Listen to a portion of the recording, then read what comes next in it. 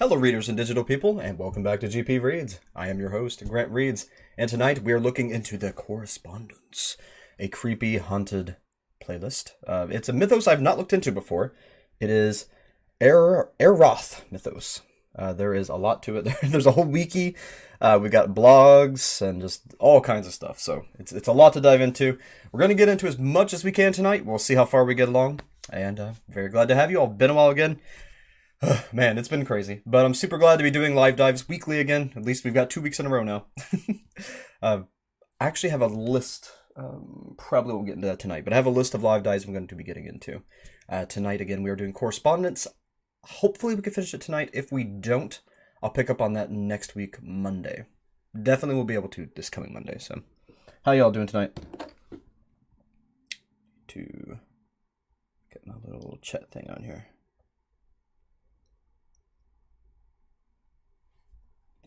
I've got it pulled up on here, but it makes it easier if I'd also do it on the phone. That way I can actually go to the video page.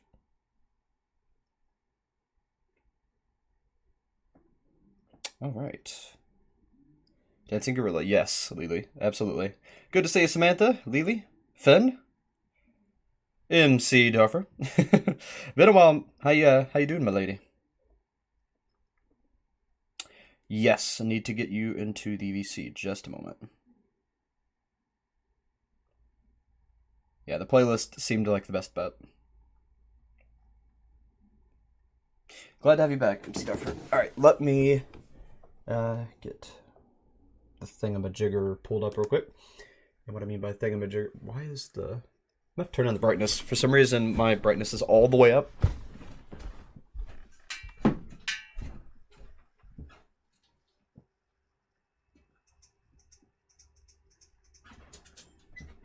Okay. That should be a little better. And yes, I have a back pillow. Shut up. I have been doing too many sit-ups, and I messed my back up, so I got a pillow in my chair today for back support. So you can just eat my shorts. All right. Let me... Yeah, I'm trying to get back to doing 200 sit-ups a day. Trying to. Struggling to. All right. I am going to go to DMs. If you had someone else that you wanted to join into this, I will need to add them to a group DM, because I'm just going to do it through regular DMs.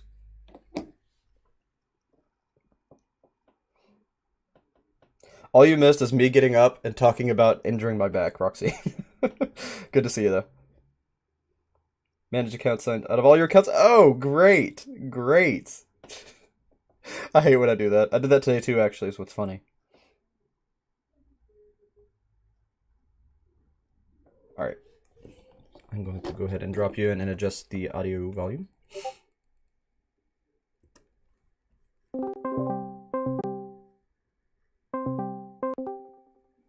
Hello, can you hear me? Okay. Hey. There you are. Let me check, make sure. Say something real quick. I need to check the audio level. Yeah, I can hear you perfectly fine. Okay, I got you turned up. You should be good. Nice. Chat, everybody sound good? Yeah. Welcome to the stream, Colby. Yeah. I wanted to add in the creator of Kobe Mysterio the Gamer into the call too. So yeah. All right. If you want to invite Grayson, you can. Okay. Oh, how do you... I'll add him. Symbol guy, welcome to the stream. I don't know how to pronounce that one. So, symbol person. His series, well, his name is Noel on Discord, but his series is called Unknown Valley. The symbol there is just like sort of like a stylistic thing for like the title of his series or something, but yeah. Gotcha. You will be known as Symbol. Oh, I created a group GC with Grayson, by the way. All right, let's hop over there. Yeah. Doo-ba-doo. Hopefully Grayson will be able to hop onto the call. If he doesn't hop on now, he's probably like, I don't know, like maybe asleep or something, or maybe like... Or Hey, not. Grayson! Hello, Grayson. What's up? All right. What I did last time is I won't be able to share the audio, unfortunately. I don't know what Discord's doing on me, but it doesn't allow me to share the audio while I'm streaming. But I will go ahead and share my screen so you know where I'm at in the videos. You may want to, if you have earbuds or earphones, you may want to actually have the stream going up as well to get the audio and then the visuals through this. So I'm going to share my screen. All right.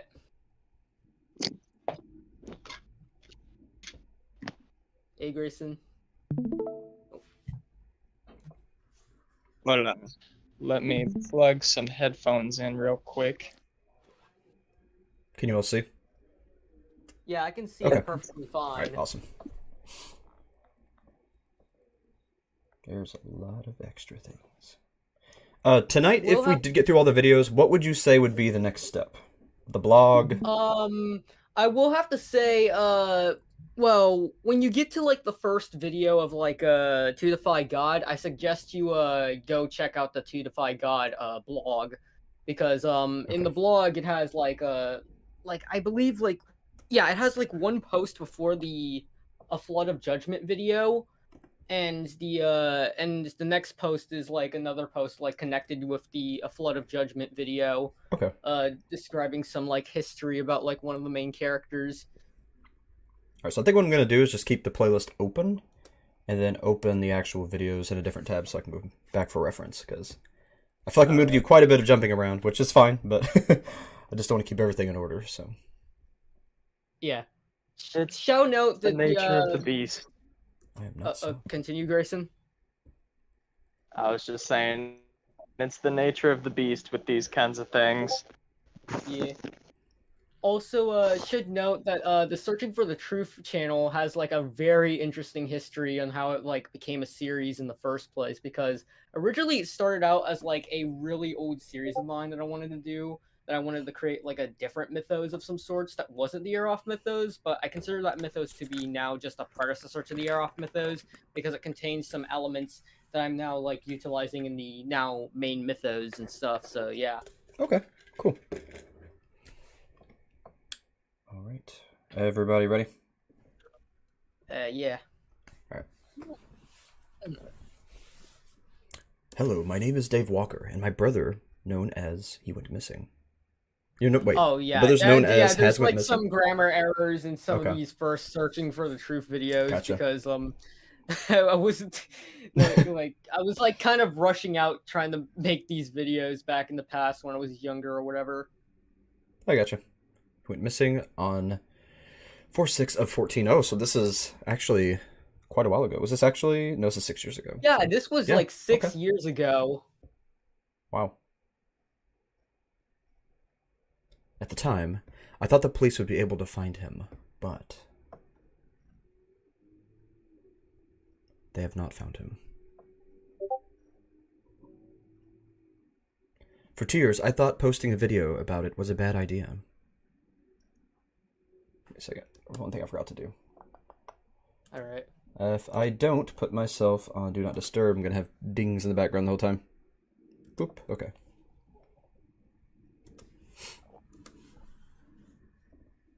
Yeah. However, I got something else. I found a box full of strange notes, a damaged camera, a knife, and my brother's phone. So I finally chose to archive my brother's footage. I have already archived the first video. So we're actually going to be seeing the brother then. Throughout the series. Yeah. Okay. This one's from his phone. Interesting. That's different. Here it is. Okay. Immediately thanks Slenderman. Yeah. Oh yeah, I should also know. Oh yeah, pause the video for a sec. Yeah. Epilepsy warning because of like some of the distortion in this video and like the second video of Searching for the Truth, because yeah. Gotcha. The distortion kind of gets like pretty flashy in colors and stuff. So yeah. Hey Stardust, glad you made it. Definitely understand. Everybody's got a lot going on right now, it seems like. And Tim, good to see you.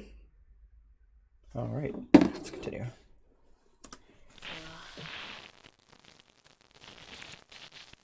It's like everyone, everyone in all these mythos have awful cameras that just crack up all the time. Considering this is an old series, back in the day, I used to record my videos with a phone. So, yeah. No, I was more so talking about the glitch effects. Oh. Ah. Woo! Okay.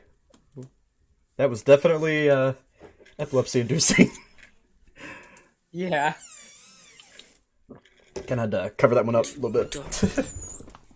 Yeah, be careful there. Forget it. I want to talk to my brother, but I changed my mind. I'm just gonna go have a snack. Gonna go have a snack. Yeah. You should probably turn on some lights before you go to get the snack, but that's just me. Turn on some lights. I hate recording with my phone. Whoa. That's trippy. It sucks. Yep.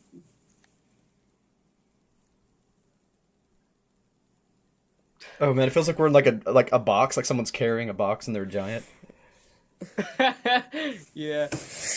Oh! Oh! Yeah, bad stuff happens. Just trying to do say I'm just wanting to have a normal night, just wanting to get a snack at midnight. Falls through the before universe. it gets- Yeah. He wanted to delete the channel that was haunting him, but unfortunately he couldn't because something just possessed him. This always sees what I'm doing. Oh, okay. Yeah. Hate when this happens.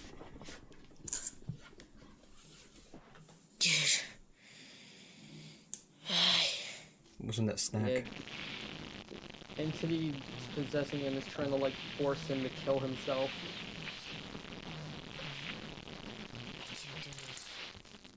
But he was able to resist. Hello, Dust the Wolf and Pals. Yeah, I believe this is going to be horror. Seeming like it. Moonflower, glad you made it. How have you been?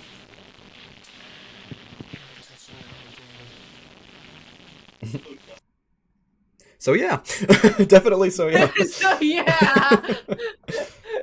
I wasn't that very good with the writing for like the series at the time when I was younger. All right, upload more footage tomorrow.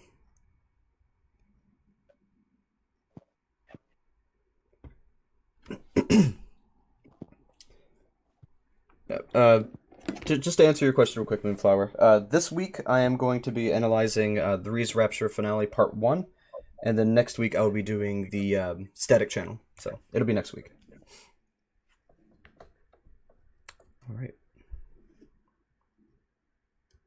Oh crap! I didn't text the description on the first one. Are there going to be things? Well, yeah, I did. Never mind. Let's see, log number 1. Why is that a hashtag? Back in the day, like hashtags wouldn't just automatically turn into tags for some, usually like on like old YouTube, but some reason it's just like it just got automatically turned into a tag. I named it that way.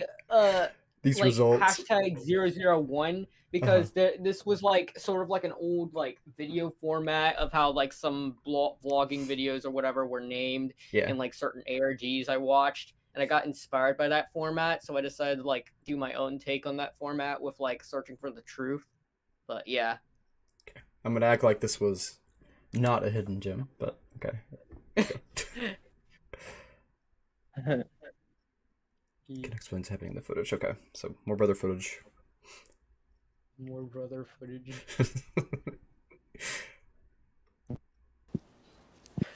Hefty. Dave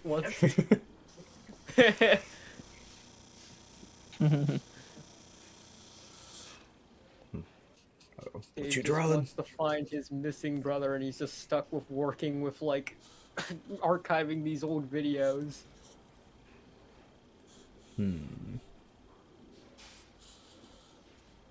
Oh, Leviathan Cross?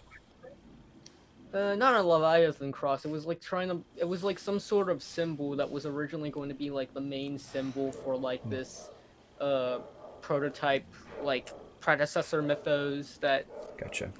to like Aeroth or whatever. Before Aeroth became a thing, basically. The mythos itself mainly focused on the whole entire concept of multiple Slendermen before like the whole entire like concept of multiple Slendermen became like a little bit more popular nowadays, but yeah. Okay, gotcha. TMT. I want to enter the empty city. I want to enter the empty city. Emptiness is the safest place. I really gotta activate the comments for these old videos. I Yeah. hate it when like YouTube just like deactivates the comments for these old videos automatically. Found out why, actually. If you don't set it to accept all comments, it will do it. You have to filter it Yeah. yourself. Yeah. Save me. I need to be in the empty city. I need to be a citizen. Classic blue distortion. It's the empty city. Could you imagine a city of all blue like that? Yeah. Oh, speaking of the empty city, the empty city is actually a fucking concept from the Fear mythos, which is a mythos that the Aeroth mythos is a spin-off of. So yeah. Oh my gosh. It's so intense. Okay, there we go. Whew. It's about Yeah, to. that is Was about to really skip it. intense distortion.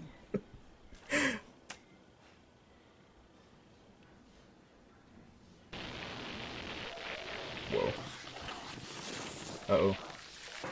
That's one of the most conflicting aspects of unfiction series, in my opinion, is that like the distortion will look cool, but then when you go to watch it, unless you have like really fast internet, you're gonna be waiting for it to buffer more than you're gonna be actually watching it.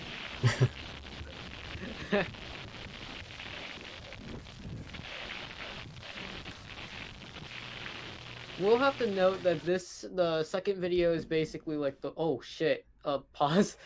The second video is basically supposed to be like giving out a reason for how did like Samuel went missing in the first place, and basically the reason is that he just committed a ritual to bring himself into the empty city, and now he's just completely missing. So Good job. You opened Narnia. yeah. He's just chilling with a lion. All right. Now the video / video is by a different character, some Dave. sort of like proxy character. Yeah, it's a proxy of the Slender Man. Okay. Well, in the Aeroth mythos, the Slender Man is an entirely different reinterpreted entity of some sorts called Cyrif the Disease, a cosmic horror like god entity that is able to like morph and shapeshift himself in many different ways, and has like many cults that worship him and like proxies that serve him. He also has like multiple Slenderman entities that basically also serve him on his will, but some of these Slenderman like entities, which are called Fuki, can go rogue and side with like other entities like Zalgo in the Aeroth mythos, and or just become rogue because they want to get stronger in their own way or something like that, and or just get like very like rebellious against Cyrif's will and stuff. So yeah. All right. I have to remember that. Finn saying the cat, his cat's enjoying the stream, and then apparently somebody said that my snake is enjoying the stream. Yeah, Tim. Tim said my snake is enjoying the stream. So apparently there's people and animals and all kinds of people watching the stream. So I'll see you too. Aeroth mythos is enjoyable for Dust. everyone, including animals. Yeah, Dust the Wolf and Pals is heading out. I'll see you. absolutely. Yeah, it's a mythos for everyone. To be honest, it's probably the flashing colors. Okay. Now this one doesn't have. This one is not like that bad on the distortion. It's just mainly Right. just data bending distortion and posterize. All right, I'm going to do a voice for this one. Yeah. I gotta think of the Hi Dave voice. What would the Hi Dave or Hello Dave voice sound like? Well, for what I can think for like the name of this proxy, I'll just reveal his name right here. The name of this proxy is Zebo.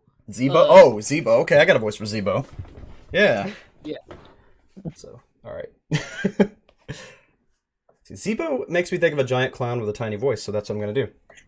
Hello, Dave. I don't know why, it's going nerd again. Hello, Dave. How are you? Good? That's it. That's the one. The whole entire concept of like Zebo is that he has this whole entire thing of being a game master and stuff. Like he likes to play games with his victims and shit. Yeah, that's definitely the voice, though.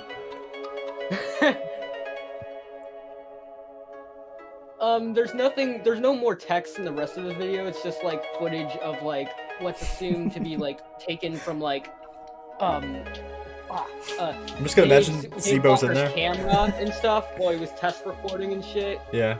And yeah. This is Zebo in the background.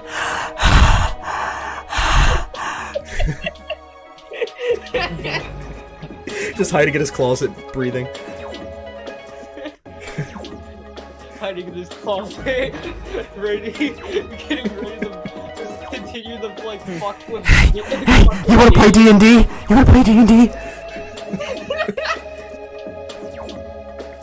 Just sitting there with this little game board. He's got all his like dice and stuff behind it. Yeah. Just with the game board. Mm-hmm. I know where Samuel is, but you have to play this game. You have to beat my entire D&D campaign. Exactly. Once you beat the campaign, you'll find out. Just, let's play.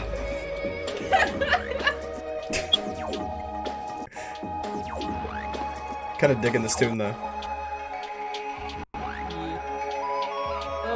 I will have to note, it was just like some random stock music that I got from like my old like Windows computer or something at the time, and just placed it into the video itself. It's kind of banging. Yeah.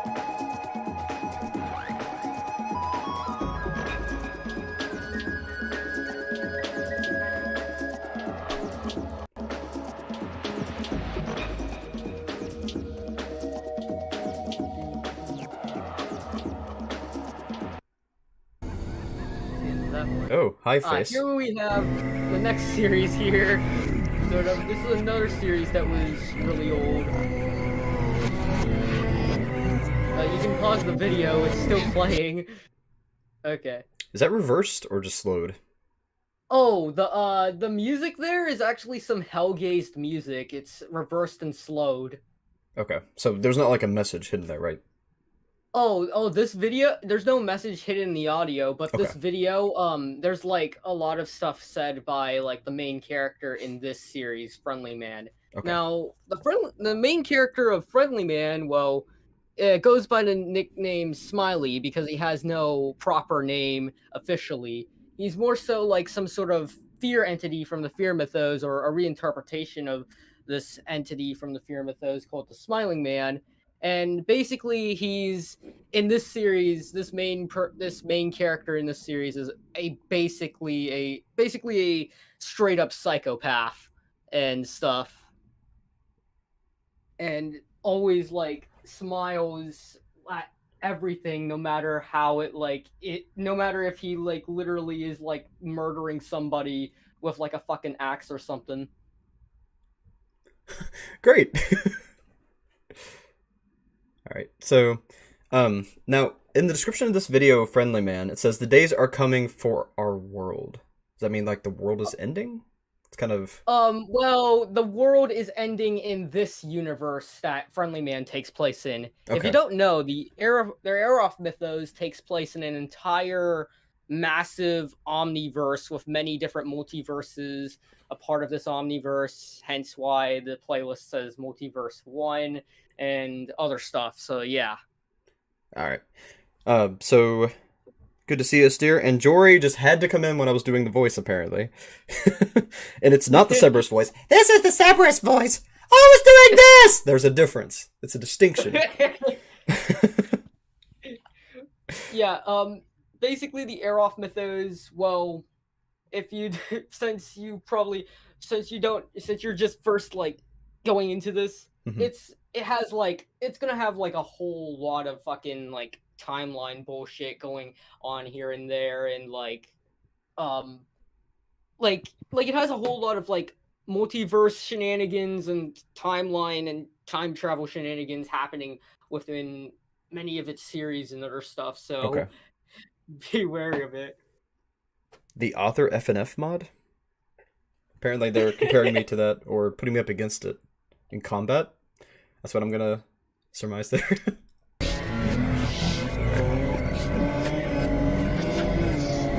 So who is this? This is the Smiley Man. Smiley Man's Yeah, gotta be there. this is Smiley. Yeah, You can Smiley. change the world.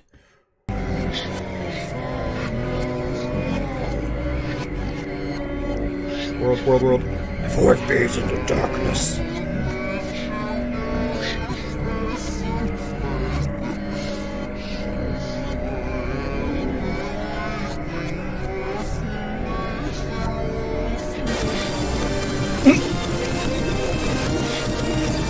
So, humanity, do you know about the dream of life? Wow, that was, chaos. Alright. And now we're on Symbol! to the first video. Summon the the first symbol. video of Unknown Valley. I lied. That's the whole description. I lied. I lied. And it says, I lied.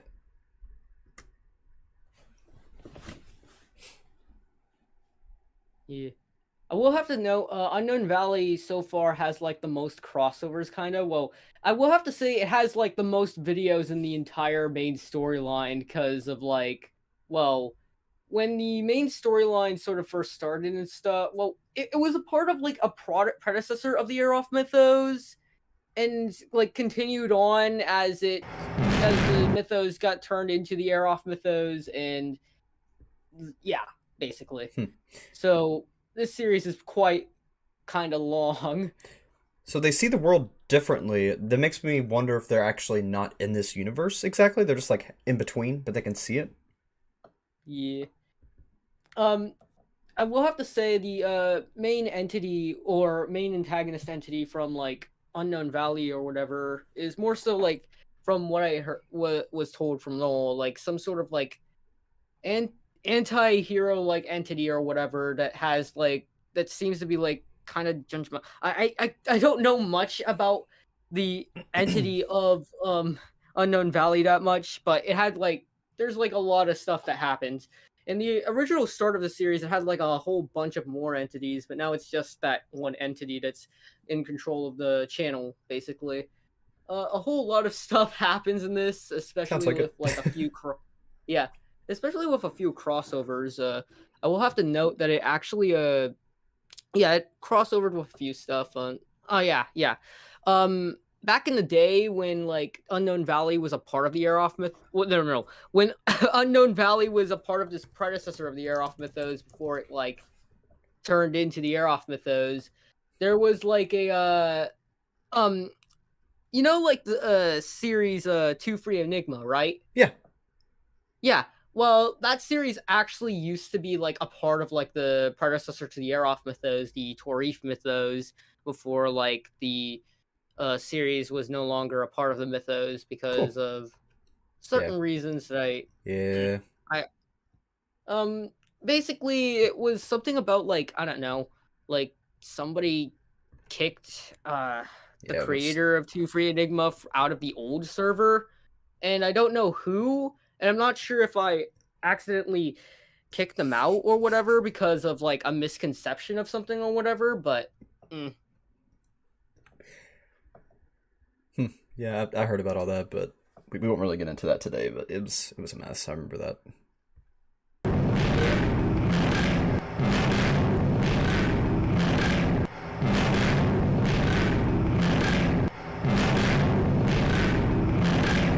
At least the new server flare off is actually 5 times more better than how much of a mess the old server was. Yeah.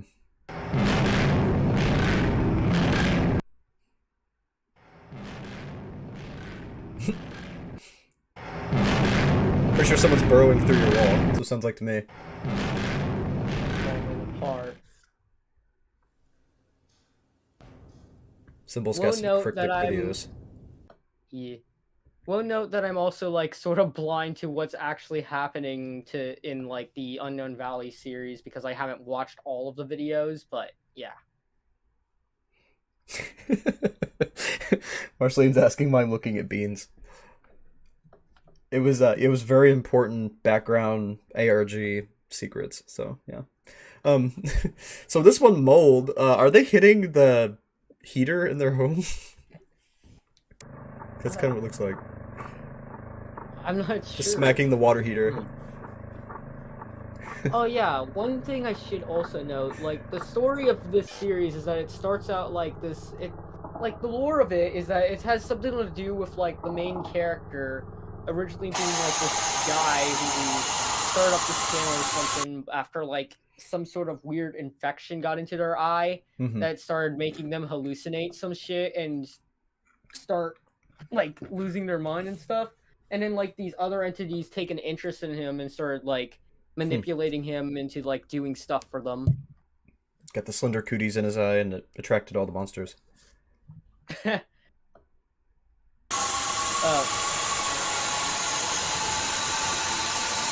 Marceline told me to give her a shout out, so yeah, I'll just give her a shout out.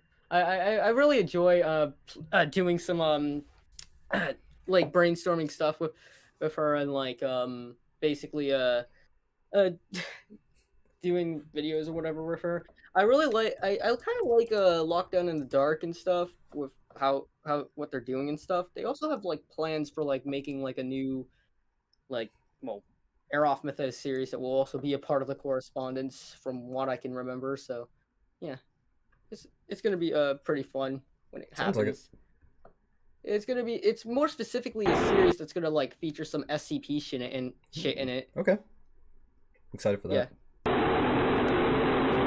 Yeah, there's a whole lot of shit in the Air Off Mythos series from like creepypasta to SCP to backrooms shit or whatever, and also fear mythos, and yeah. There is a link in that 2-second video, and it's an error. Great. Yeah. Missing. Some of the links don't like lead to anywhere from what I can remember, and some of the links might be like links that are actually dead. I'm not sure. Gotcha. Yeah. I think that one was dead, so hopefully it wasn't anything too important. Yeah, I don't think it's anything too important either.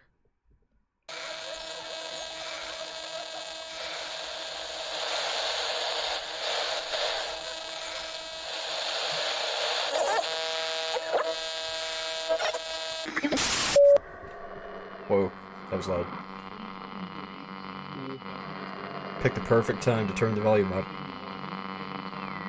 Yeah, be careful with like some of the videos, well, throughout like the correspondence playlist because some of them may get a bit loud. Oh yeah, I just reminded myself. The other blogs on the playlist, you can check them out on your own you can check them out whenever you want to in the stream, by the way. You don't need to like go to a certain point in order to check them out. So yeah, Okay. they sort of like happen in between with like some of the with many of the videos and stuff, but they aren't like related to any videos and stuff. Like Tales from the Rift has like many different stories of stuff happening throughout the entire Omniverse, and then there's Findings of MTAC, which is made by the other owner of the Mythos itself. Her name is Brine. She's a best friend of mine who I worked along with a lot on like many old predecessors of the Air Off Mythos before it became the Air Off Mythos, and yeah. Okay, cool.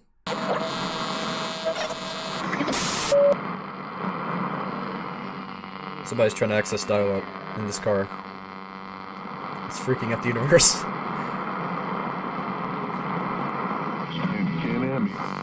Video's quality is corrupt. Nope. Nope.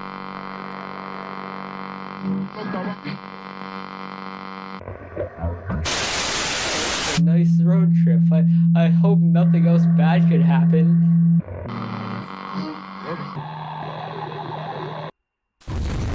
Oh, hello, forecast.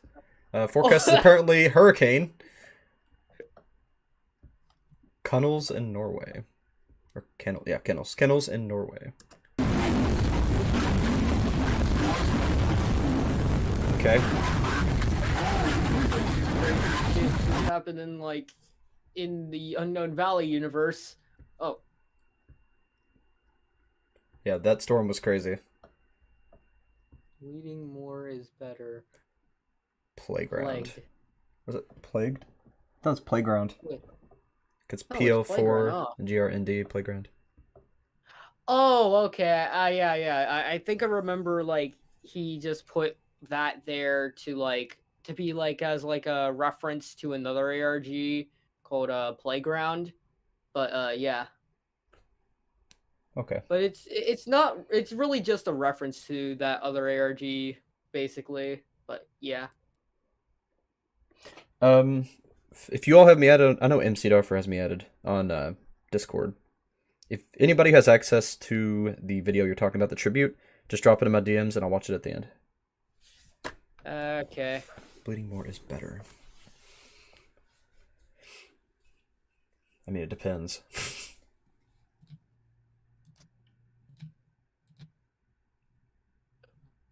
You bleed. Good night.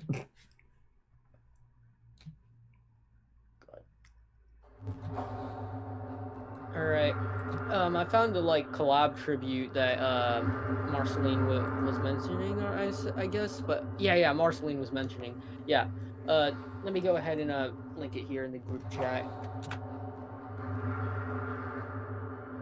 It's this one just called "Never Too Late," worked on by me, Fen, and Marceline or MC Tarfer.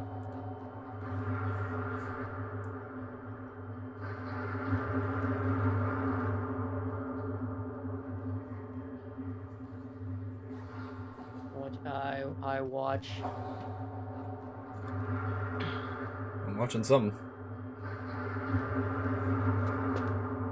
Coming for something. The entities are bringing him somewhere. R.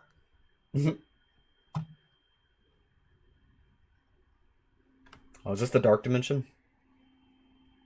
I'm not sure. Wait, there's actually. Oh shit! Nope. Omniverse symbol. Okay.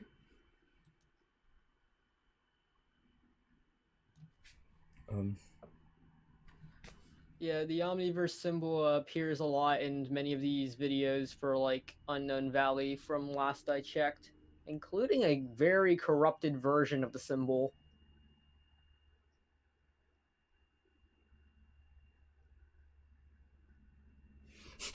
Marceline says my ears died.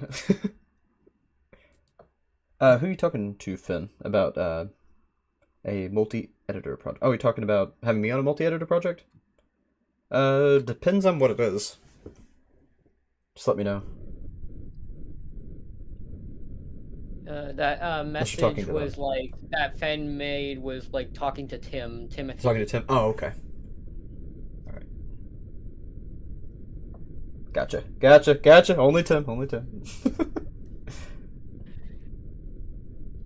Wilderness and road into. Yeah, on my phone, for some reason, it keeps scrolling downward, so I did not see the Tim part. I just saw MEP multi-editor project. So.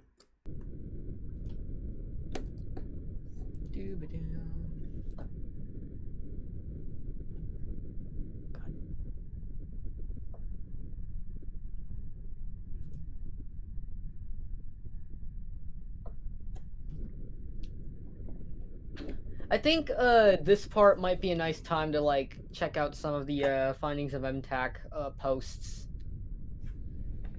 Okay. Let's see. Findings of MTAC.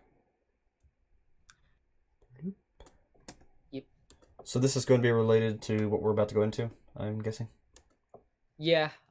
It's sort of just started. It has like 2 blog posts from what I can remember. The blog interesting note about like the history of findings of MTAC, it also originated from like a Aeroth Mythos predecessor, but this version of Findings of MTAC is a complete reboot of it for the Aeroth Mythos' main storyline, the Correspondence. So yeah. Gotcha. All right. Greetings. My name is Aaron Anderson. I'm a representative of and researcher for MTAC, the Multiverse Technology Advancement Corporation. I've been tasked with writing this blog in order to update the public on what we have learned in our time expanding the horizons of knowledge beyond a single universe. We have designed our home reality universe 001, quickly the Star Atom universe. The majority of our current operations take place in Universe 2, the Unlimited universe, due to the unique opportunities presented by said universe's laws of physics. That sounds crazy. Yeah. All right. Is there just the one thing here? Or Wait, if I remember, there was I thought there was like 2 blog posts, but apparently it's just like one. Let's check out the blog archive. all right. No, it's just this. Just brings back Yeah, here. it's just this. All right, we'll just move on to the videos and stuff. All right. Where is this place? Looks like Arizona a little bit. Not Arizona. What's that place? I don't know what I'm thinking of.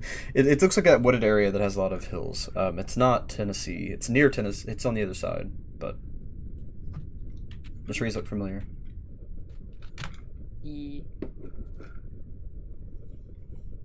Is this another world we're getting a glimpse into? Another one of the universes? What is this exactly? I think it might be a glimpse, another glimpse in the Unknown Valley universe that's like leading somewhere. In like the Unknown Valley universe, there's a thing with like the Unknown Valley universe that's like really like crazy about it. Like on one hand, one side of it, it's like normal, like your normal like ordinary Earth or whatever, but on the other side, it's literally a complete valley full of like monsters and shit that like the main antagonist entity comes from and is like their home realm. Okay. They're saying don't be rude, Finn. You're fine. I didn't read that part because it was auto scrolling. Let's see. That NB kid is here. Welcome to the stream. And Arizona is the scariest dimension in the Aeroth mythos, Finn says. The most scariest dimension of all. It's the scariest Arizona. dimension. Yeah. Oh, MC Darfur, thank you for 25 Poland. Appreciate that. Really appreciate that, my lady. Thank you. Speaking of which, how have things been? Because last time we talked, things were, I think, fairly decent. So, how have you been, MC? Or Marceline? I'm sorry, I got confused there. Oh, you're good. Just while we have some downtime here. It's over now! I think okay. I'm gonna mute this guy. Oh, yeah. This video here you're checking out is like a video of like that's connected to a crossover with another old Aeroth series that's sadly discontinued by its creator. Dawn Gatherers. But the reason why they discontinued it, I think it's probably because they just like moved on from the mythos more specifically or something like that, because of how like there was like a point where like the mythos was being like there was a point in time in like the old version of the mythos, the Torif mythos was like pretty much very inactive due to like other reasons or whatever, but yeah, like reasons that had happened with me like at some point or whatever. I'll just be quick about it. It was more specifically a massive burnout that I got from like something awful that happened to me like at some point in my life, but yeah. All right, I'll keep that in mind too. Whew, a lot of stuff in this one. All right. Do you question yourself, Gareth? I don't know, do you? He's closer than you think. Is this talking about Slenderman? Yeah. Gareth Andrews featured the Slender Man Gotcha. as an antagonist in its series, or Sire of the Disease. Gotcha. As well as like many other entities and like antagonists too. Like one of them was like straight up a serial killer that like pretended like he was like some sort of weird ass doctor or some shit. Yeah. Well, he called himself like something like the doctor or something. Oh god, this video is like corrupted. Is the title, is that a video? I think the title there is supposed to be Base 64. Oh, okay. Let's Yeah, Base 64 code. Let's see, let's do crypty, I guess. I don't remember how to spell it. There we go. Because I recognize Base 64 code anywhere or whatever and how it like looks like. You know too much. Yep, that's Base 64, alright. Classic Base 64.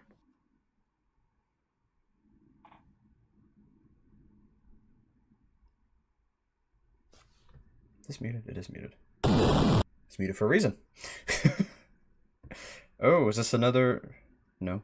Argo DBL Willowed.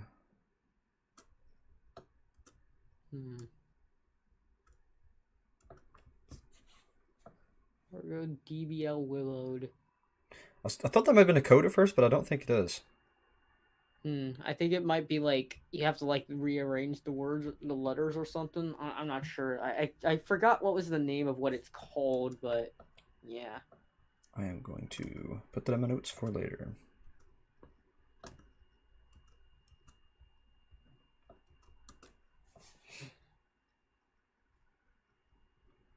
Some of those videos without a name. For a sec. Yeah. Okay, so before also when you get close to like the videos of like Kobe Mysterio the Gamer, I should also note that in Kobe Mysterio the Gamer there are like community posts on the channel that are also like important to like read up on like some context on what's going on with like the main character, well, Kobe. But yeah. So yeah.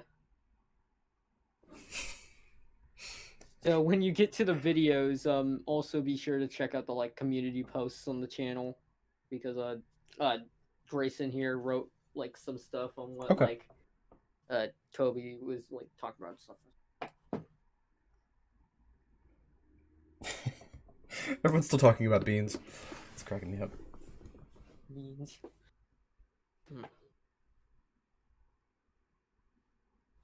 Mysterious Eye.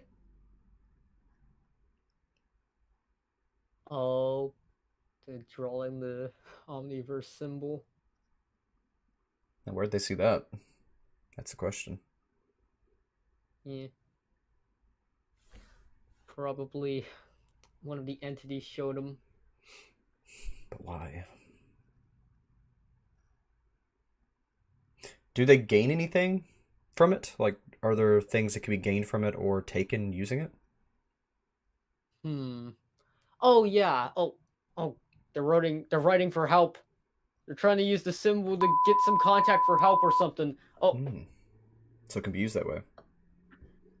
I will have to say the Omniverse symbol, with how it works, is that the symbol itself, like when you draw it, it just looks like the normal symbol. But if you like add some like different like alterations to the like symbol itself, it may affect some like time travel bullshit and like universe bullshit to happen, like certain universes being merged together into one, or like certain timelines being reversed to like a certain point in time or something like that.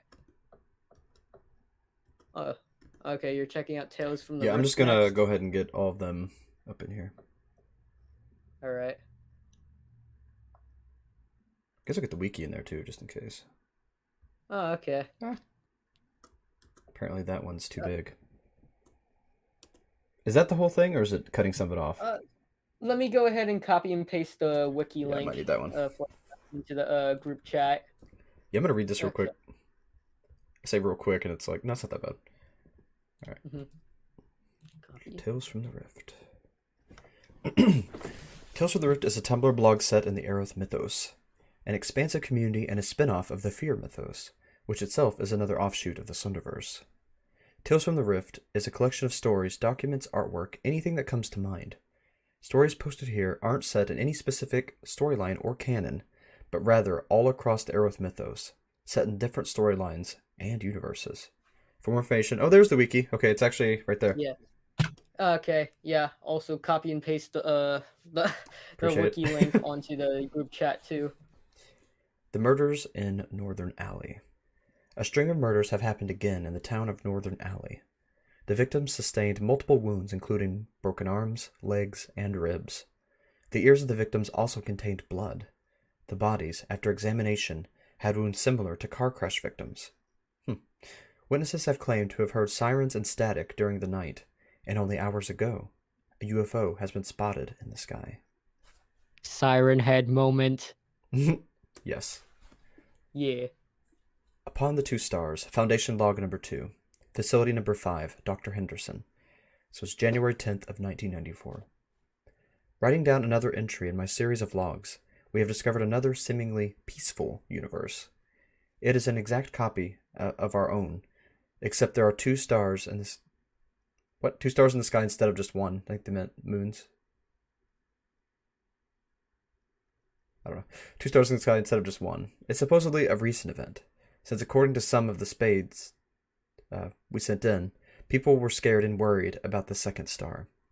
Some of our, I'm just thinking about like only 2 stars being there. There was just 1 star in the universe before, and now a second one appeared, and everyone's freaking out. Sorry. No, another star. When they meant by like the Suns, 2 stars. The universe is meant to be like the small universe basically has 2 suns. Okay, that makes sense. My mind was just going to the stupidest place. All right. A second star. No. All right. I just realized I was on mute this whole time. God damn it. Yes. Oh no. Do you have something to say about the second star? All right. Guess not. I was gonna say something about I was gonna say how I figured it was probably saying it meant 2 suns, but then nobody responded. I was just like, oh, okay. I didn't realize I was on mute, and then I heard Wonder say the exact same thing, and I was like, yeah. Okay, but just thinking about that, I find it not only kind of funny, but also like thinking about it, it kind of gives me like this whack ass idea for like a universe, just like in this universe everything was fine, but then suddenly all the stars in this universe just disappeared, and all that's left like are that. 2 stars. And it's like some weird cosmic horror is like trying to eat up the entire universe itself. It turns out that's its eyes. Yeah, I like that. Yeah. Spoilers. All right. So, some of our mutuals in the OOAC are currently investigating the 2 stars. Aside from that, we haven't encountered any other anomalies or monsters out to kill us upon entering the universe. Sorry, I can't. It's still cracking me up. Alright, I'll calm down. Alright. Facility number 5, Dr. Henderson. January 24th, 1994. We've been studying the 2 stars. Why? We've studied the 2 stars for a while now. One thing we can't seem to explain is how the Earth has not been knocked out of orbit. I can't stop laughing. Sorry. I'm sorry. Okay. Professional. Here we go.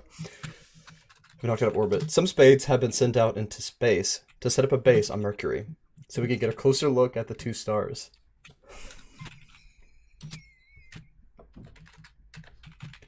Facility number 5, Dr. Henderson.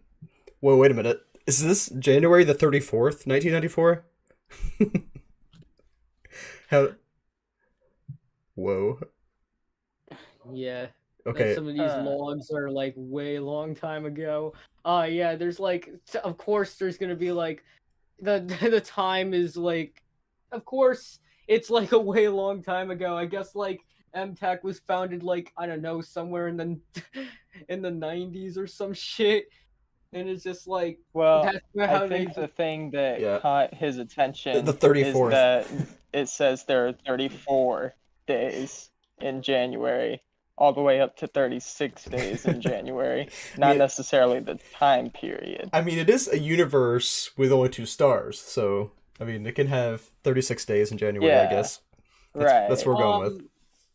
I will have to explain, Excursionist is not really just one singular universe, but really a collection of like smaller universes, and one of the small universes has like two suns, Gotcha. and that's the universe that they discovered in Excursionist. Gotcha. Finn says I'm harassing them right now. I'm sorry. The Two Star should be a sitcom. All right. Anyway, a piece of the star has landed, or that's what I'm going to assume. I mean, how else am I going to explain a ball of light chasing people? Whoa. During the Spades landing on Mercury and the construction of the base, they spotted a ball of light floating off the ground. It was half the size of a human and appeared white. Some Spade soldiers kept their guns aimed at the anomaly. The thing began to chase them. Bullets didn't seem to faze the thing at all. It had a chance to kill someone, since the person it was chasing tripped and fell on the ground. But it didn't. The ball of light just stayed in place. The man was covering his face due to the brightness. It was certainly strange. We've contained the anomaly and are currently sending it over to the OOAC. Facility number 5, Dr. Henderson, January 36th of 1994.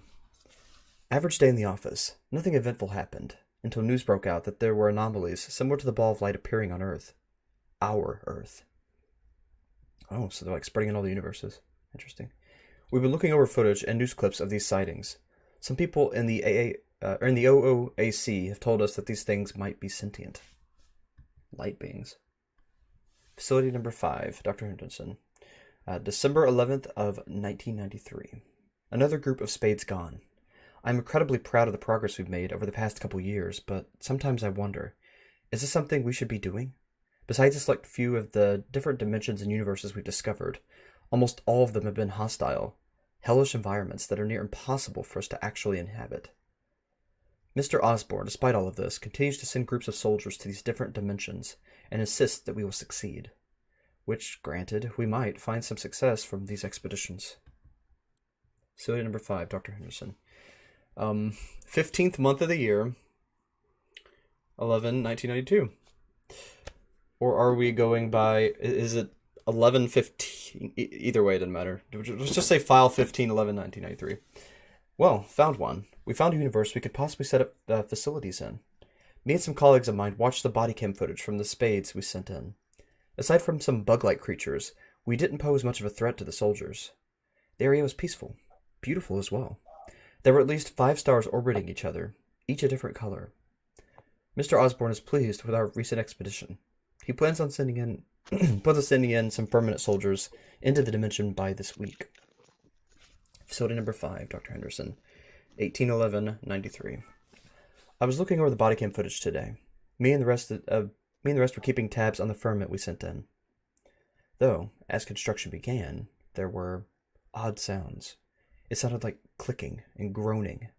The Spades kept watch as the firmament continued construction. 20 minutes into the feed, the group was attacked. It was by a humanoid creature. It stood on 2 legs and was at least 12 feet tall.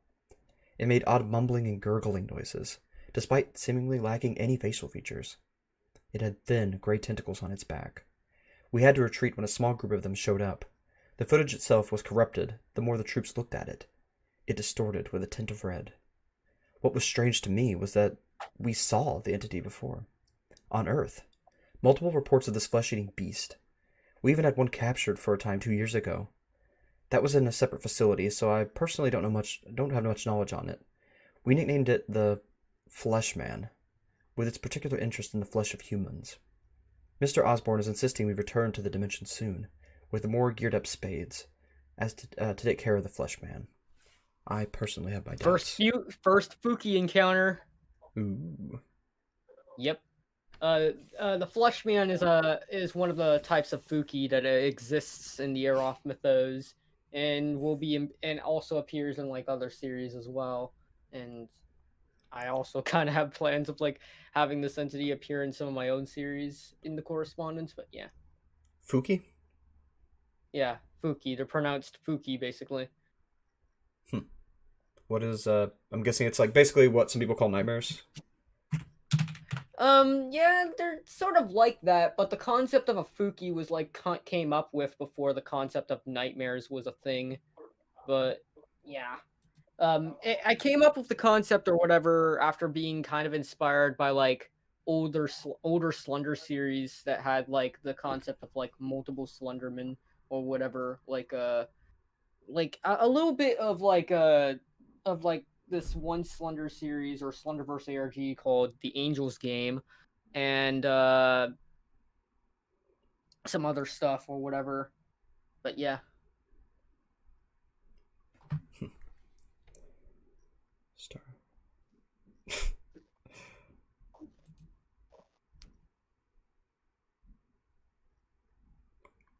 Tim Valentine? What series is that, per se? I can't wait to see Juice Heads, Roxy. Oh yeah, Tim has like 2 series in the correspondence. I mean, like a couple of us have like multiple series in the correspondence. I myself have like created the series Friendly Man, Searching for the Truth, Computer Guide, and yeah, Okay. and like some other series that I have planned in mind. And then there's like Fen, who created the a series that you'll cover soon in this playlist, like the author's notes, and that one blog that you just read right now, Tales from the Rift. So Okay. yeah. Finn says they're like nightmares, but awesome. And also, Finn made that image, which was really good. So that was awesome. He,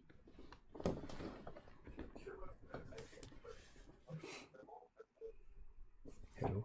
It's muted. It's muted for a reason. I got a feeling this is just that symbol with that sound. The Omniverse symbol watches. Yep.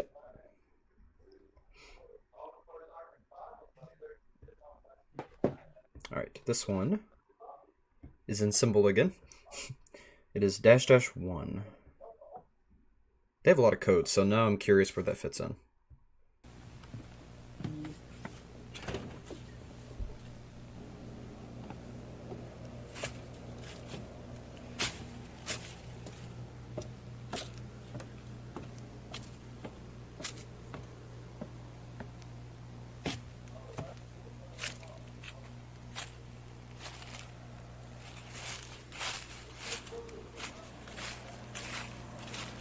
Wonder sounded like Golem when he made that voice.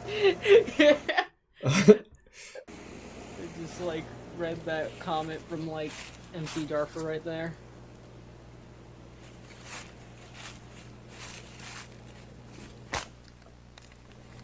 What do hobbitses taste like?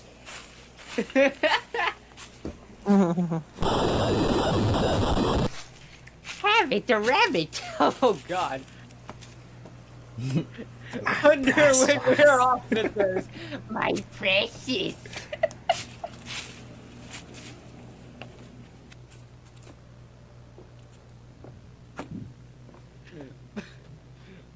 Wonder when gremlin moment. Yeah. Well, that's creepy. Just stare in somebody's house. Yeah. This is making me nervous. I'm expecting a jump scare.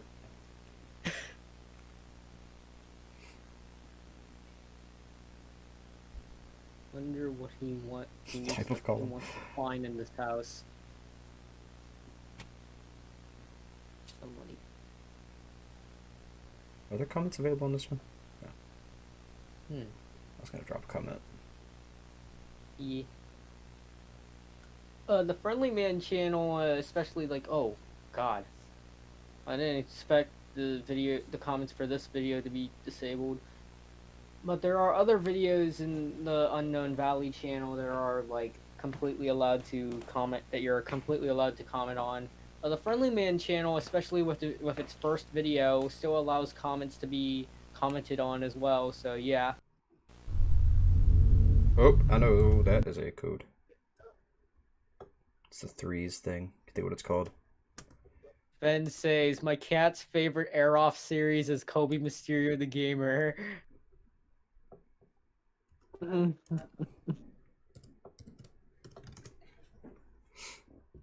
That's not what I'm looking for. I think that's Unicode. Yeah, that's what it's called.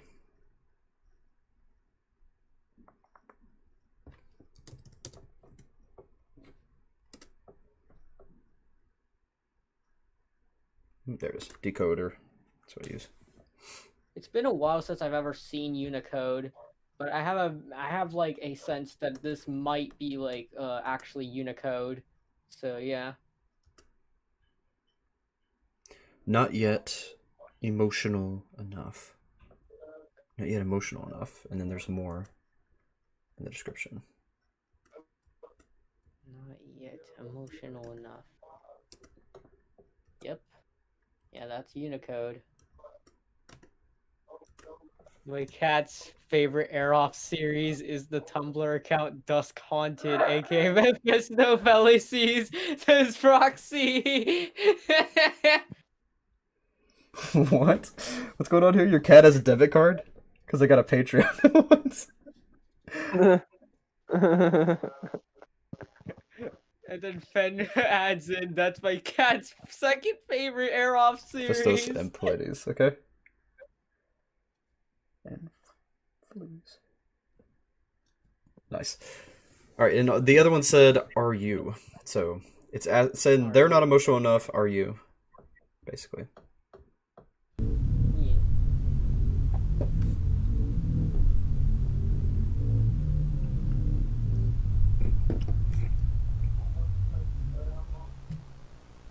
Alpi's a good name.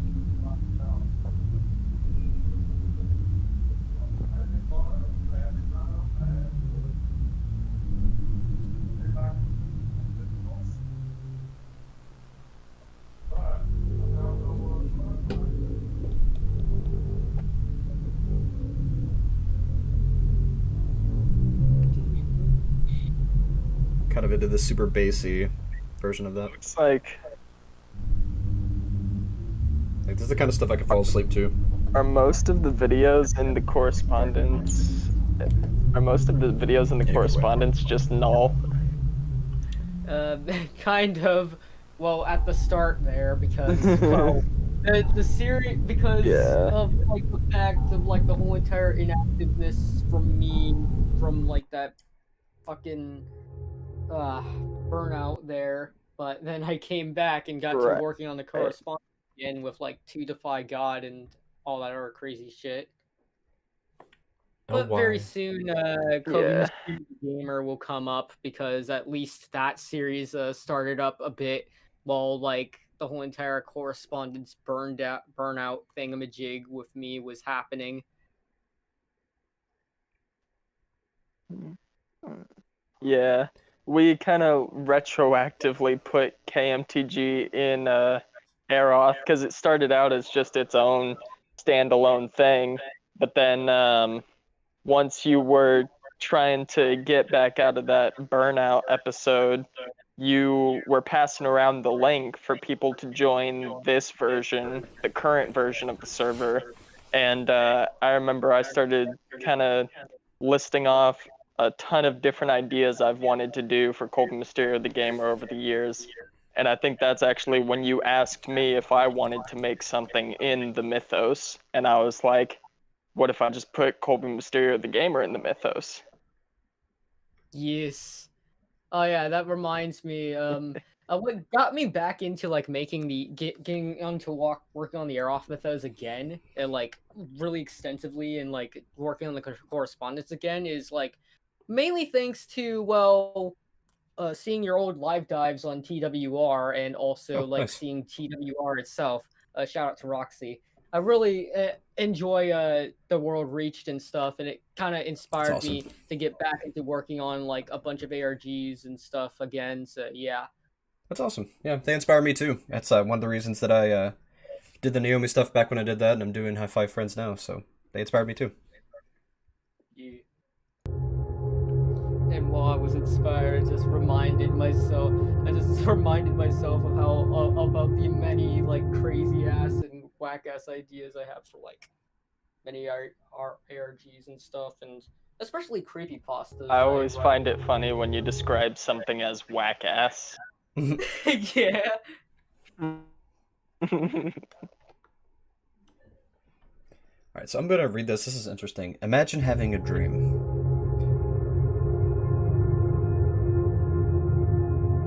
But when you try, it falls. What did you do to deserve that? Nothing.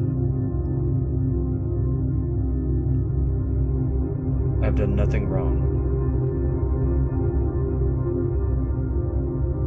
Yet, I still screw up.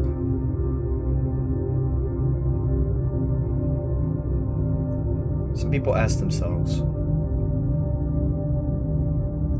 should I give up?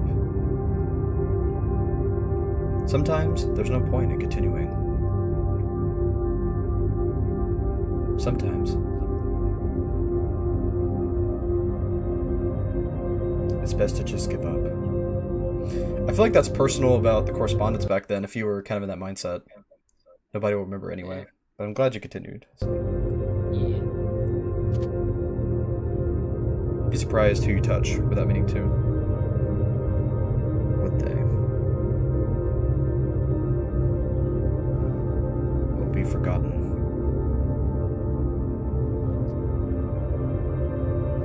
Sooner. Or later.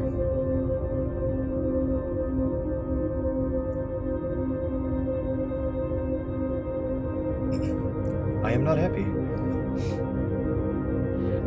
I can't help but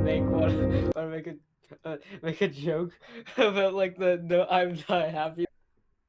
Suddenly reminded of like this one line from The Incredibles. What? No, I mean like I can't help but laugh and just be reminded of like this one line from the fucking Incredibles. It's just like, I'm not happy. I am not satisfied.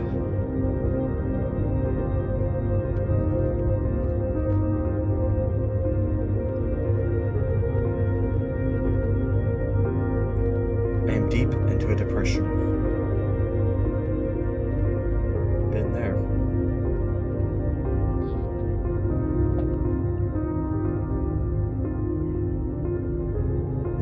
Wish I could do something right and be different.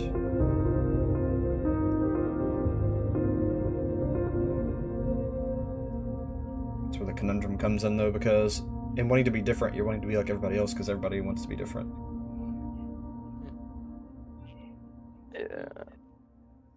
Yeah. Therein lies the paradox. Woo! Okay. Mute. Ape. There's some text. I am universal. Oh yeah, that's like one of the names of like one of the previous entity characters of like Unknown Valley before it became just like one singular entity that's controlling the channel Gotcha. and like manipulating the the human character.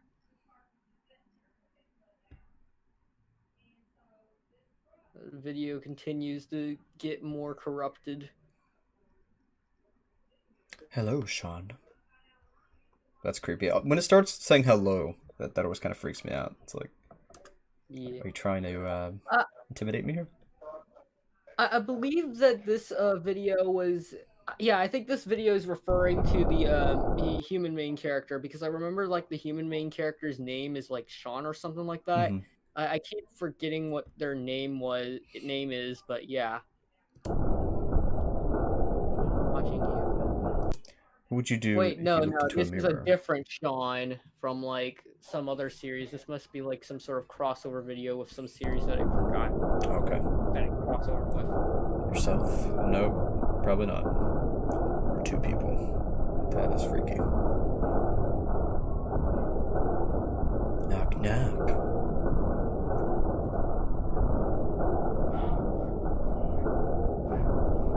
Just Barney standing there. That would honestly be the scariest thing ever.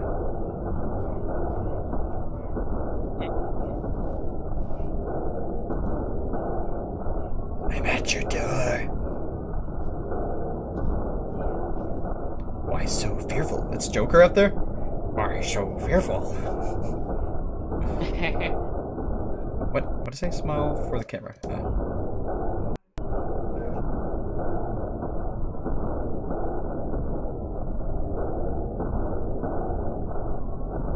I feel like Sean just died, to be honest.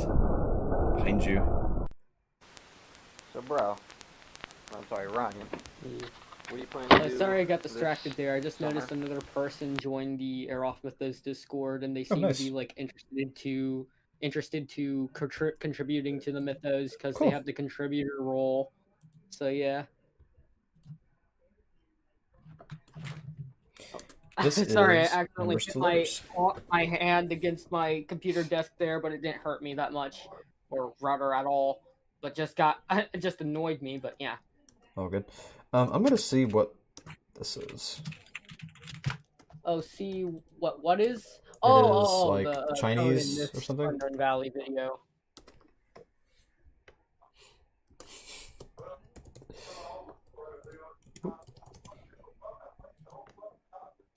Chinese, yeah. I am in Beijing. That's what that says. And this is numbers to letters, I'm pretty sure. But it's going to have a bunch of spaces, which is going to kind of mess it up.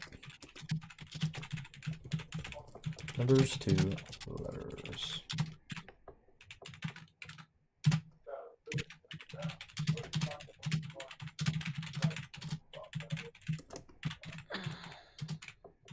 It says, oh, it did it. Okay. Hey, are gone. What? I think it's supposed to say he's gone now. You are does not define your worth. Who are does not define your worth. Hey, are gone now. Who you are does not define your worth. And then they're in Beijing.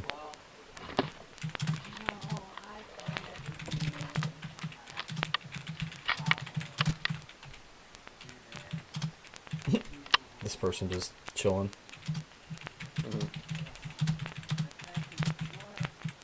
Now, is this the brother of the one that was missing? Oh, whose brother? Is this not the brother that went missing, but is this the brother that found the footage? The one on the bed? Yeah, let's go check out this hallway. See how The Unknown Valley channel? No. It's someone completely different? Yeah, that's Okay. somebody completely different. I have plans on like continuing more with like the Searching for the Truth channel. So far, the most recent videos to the channel are like videos that are like highlighting like a major event that's about to that's kind of starting to happen in the correspondence. It's called the Hyperion event, where Okay, so this one in particular is not the symbol channel is not directly related to the first one then. It's a part of the Correspondence series, yes, but it's not direct. The videos that you're seeing so far are not directly related to like the disappearance of like Samuel Walker or related to Dave Walker in any ways. So yeah.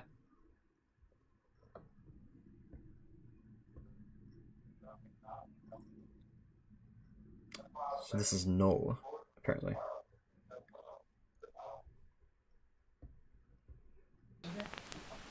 Yo, what the?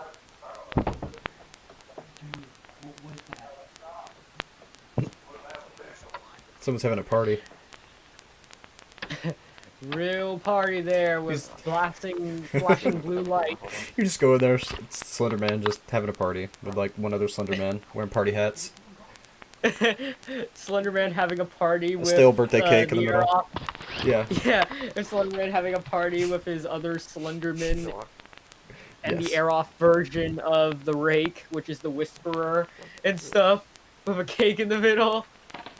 Oh, seems like he took on the mask and he's now doing stuff for whatever entity is telling them to do something or whatever.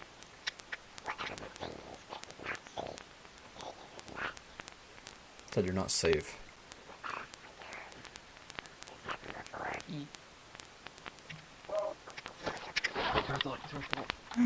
They didn't hear that, did they? Party hard. Woo! See dark. Jump scare. Yeah. You okay, bro? Yeah. Oh my God, bro, look at the door. Bro, where are you at? Yo, why are you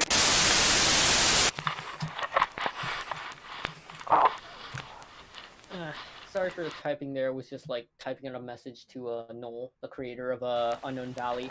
Gotcha. He was like worried about like how you might like basically go into like diving into like some stuff that happens in Gareth Andrews a bit because it because Gareth Andrews crossovered with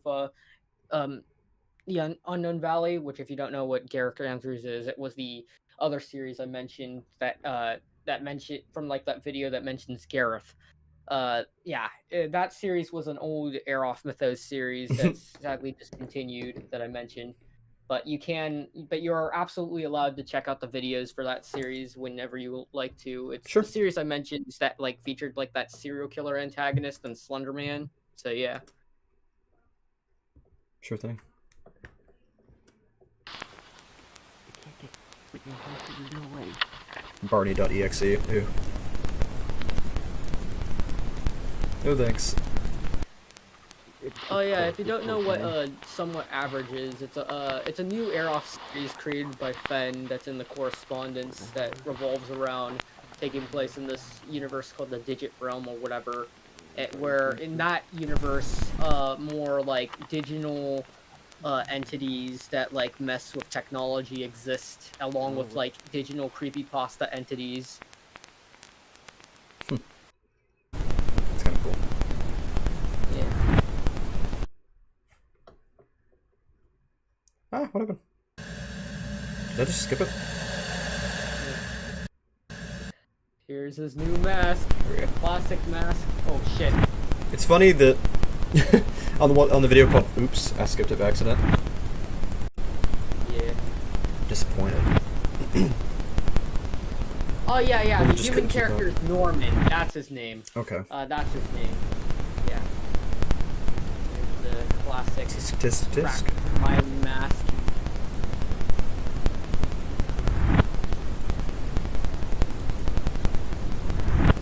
This audio is wild. Not without him.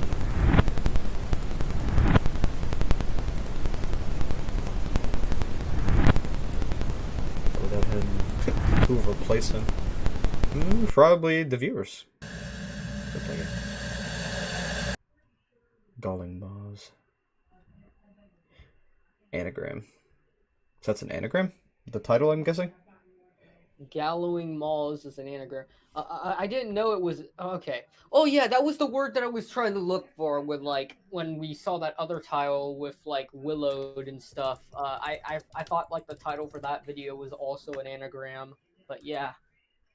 What? What's it doing? Here we go. Anagram Scrambler. What? It's not gonna let me cheat, apparently.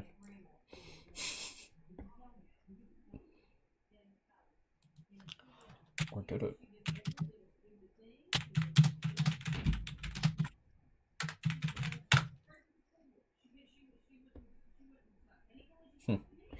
Server must be down. Grayson/Kobe just like clockwork. My dad interrupted asking me for something again, so I've got him. Okay. Well, when he mentioned like clockwork, I'm just suddenly reminded of like this one creepypasta I really like called a tape from Treasure Island. It just like one of the main things I really like about that creepypasta is the main fact that its writing is like done in such a way that like the character's personality itself literally bleeds into the writing. Like you can actually feel like a character that's like writing this shit when you like read it basically. And that's like one of the things that like inspire me with how I would like write my stuff in ARGs and creepypastas nowadays.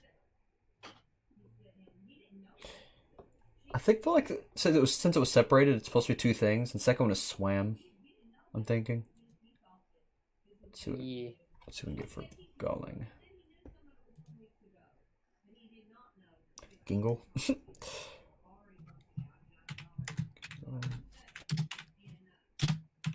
Aging swam. I don't think that's it. Oh, I'm gonna put it on the list. Oh, the other one was Argo DBL Willowed was the other anagram I have on the list. Go DBO Willowed. Yeah, that's the other title that I think is possibly an anagram, but yeah. It said it in the description as well on that one. I think? I'm not sure. It said remove the larva, which makes you think of the mythos where in the afterlife there is a larva waiting in the pits of hell for each person, and it basically like absorbs them and becomes like a locust creature. That's what it made me think of. Ooh. Okay, and suddenly I'm like reminded about how like the liminality mythos has like a whole multitude of hells, especially Yes. like There's one so hell many of hells.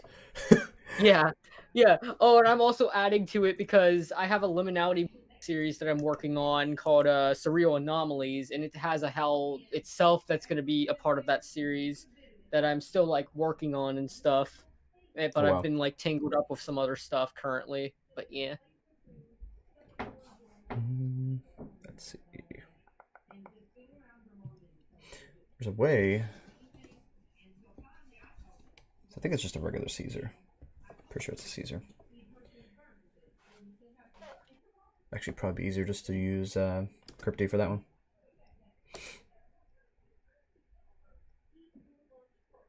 Here we go, Caesars.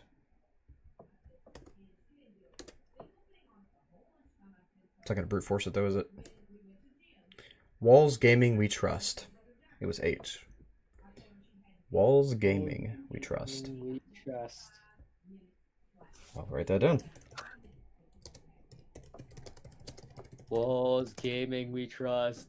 Walls Gaming We Trust. I know, right? It's totally a cult. Yeah. Gaming cult. We only play Danganronpa or whatever that's called.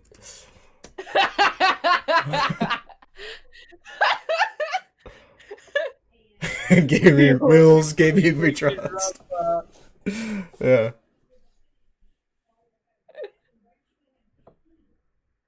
Let's just do Google Translate. It's not always accurate, but the message.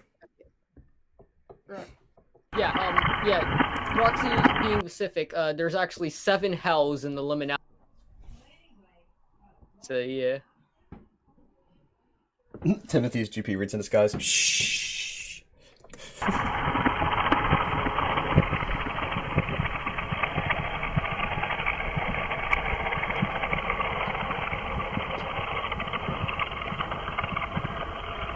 Mountain of the Valley.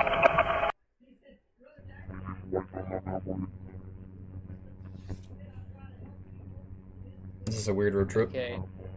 Yeah, the texts are kind of messed up and stuff. Like some of the words being replaced with like dots.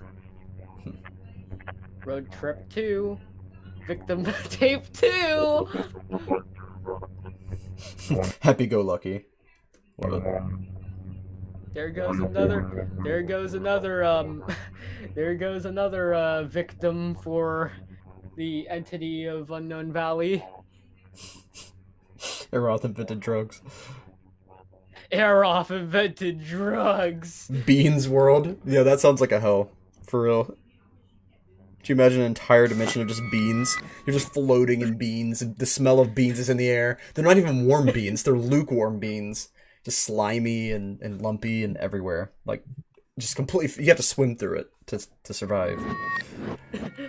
Guide from computer guide trying to, like, escape from, like, the grasps of Syrif and shit, and then suddenly just went into the beans dimension. It's just like, Yes. Finally, I made it away from that fucking faceless man. I made it away from the virus. Wait, what? Oh, I know why he ain't coming for me. This world is full of beans. That's the way you defeat them. Yeah, this is definitely filth. That's the name of this video. Oh, okay, I'm muting that one. Holy crap, you just almost broke my earbuds.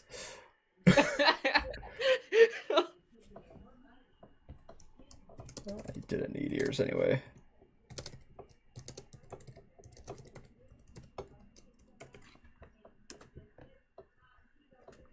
Alright. VHS 9333. Serial number HV 3543443. ID I 43437. didn't need ears anyway. I don't think that's important. I don't know. That's kind of chaos. I'm just gonna keep that muted.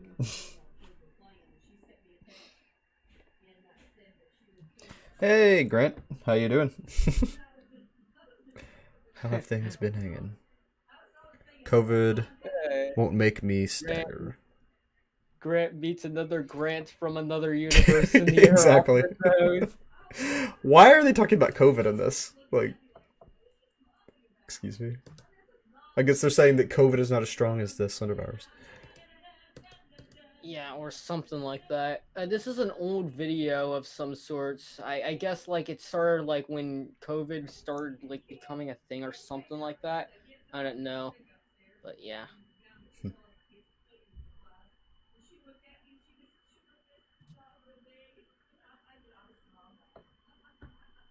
Oh, darn it. I'm trying to hit the unmute button, it moves. We're almost close to like the KMTG or Kobe Mysterio the Gamer videos. Is that the in-gamer we trust person? Will's Gaming? Nah, well, the first video of Kobe Mysterio the Gamer you're gonna go through really a proxy video, K-Cab Mal. Yeah.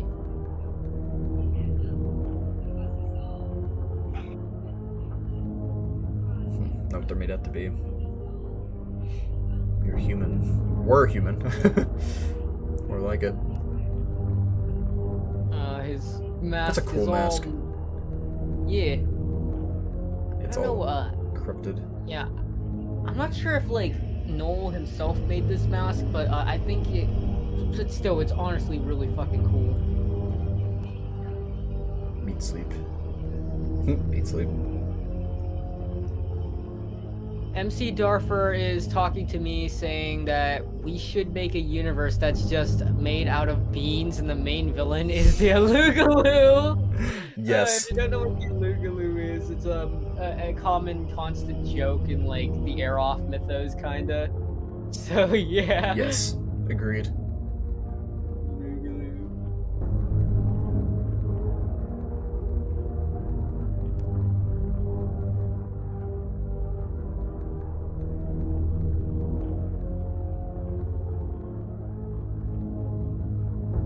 Bean mythos. The bean mythos. Have a bunch of people making bean dimension videos. They're just all in the bathtub with beans and like acting like it's actually the bean dimension, have like the camera above it. That would be so weird. Our world is being destroyed by the evil Bean Corporation. They're selling the beans instead of just letting them be free.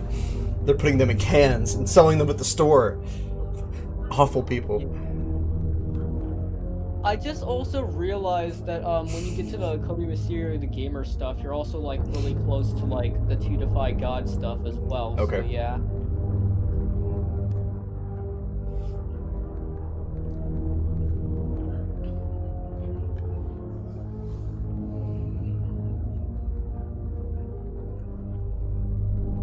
Who are they speaking about? They gave you a place. Most likely talking to Norman of Unknown Valley. Gotcha. So it seems Norman isn't gone. He managed to trick us, but he's made a grave mistake showing his face here again. I'm not even going to bother to subtitle Norman Speaks. Wait, Hijack Attempt is definitely like some sort of crossover with another series. I think maybe like usually when I remember like videos on Unknown Valley that are literally just called like Hijack or something like that. Mm-hmm. Noel sort of has like trouble coming up with like sometimes with like names for videos that appear on like other channels as like one of the characters hijacking the other character's channel or something. So he just usually just called them like something like Hijack or Hijack Attempt or something Gotcha. like that. But yeah. like last time when I did, oh yeah, that reminds me of like the To Defy God and Unknown Valley crossover, which you're gonna come up into after like the To Defy God video and another video in To Defy God. Okay. So Symbol came in again and said, "You won't hold me back for long." And then they also said, "Don't get cocky." And there was something in the middle, but I think it was a different type of code. It's like one giant thing. E. I almost want to go into decoder and try to brute force it. I can really do that. Hopefully, Grayson can come back just in time for like the Kobe Mysterio the Gamer stuff. There we go. Cipher identifier. Oh yeah, I just realized and remembered that the hijack attempt video is the one with like the thumbnail of like the more corrupted Omniverse symbol. It says it's base 32, but I don't. No, it's not. Alright, I'll add it to the notepad for now. It's super long. Numbers and letters, so I'm not really sure what that would be. Oh yeah, I just reminded myself that I was gonna ask about like what are your like theories so far on what may be happening so far in like the correspondence, but then like got kind of forgot to ask that because I got distracted by many other things in the midst of the stream. Oh, there's the corrupted Omniverse symbol.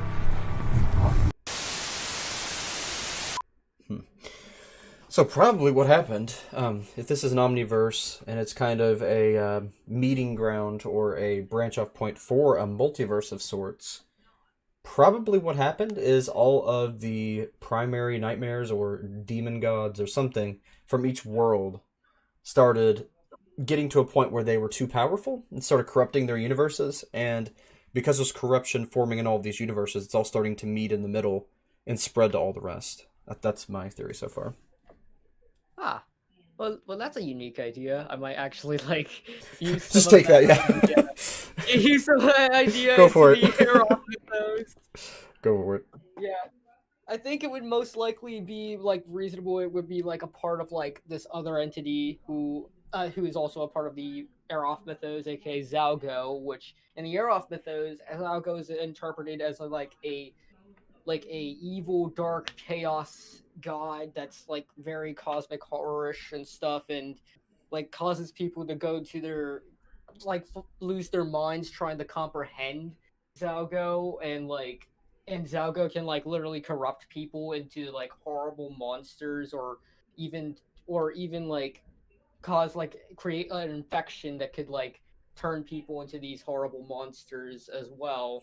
So like organizations created by like humans, or there's like other types of mortal species as well, not just humans.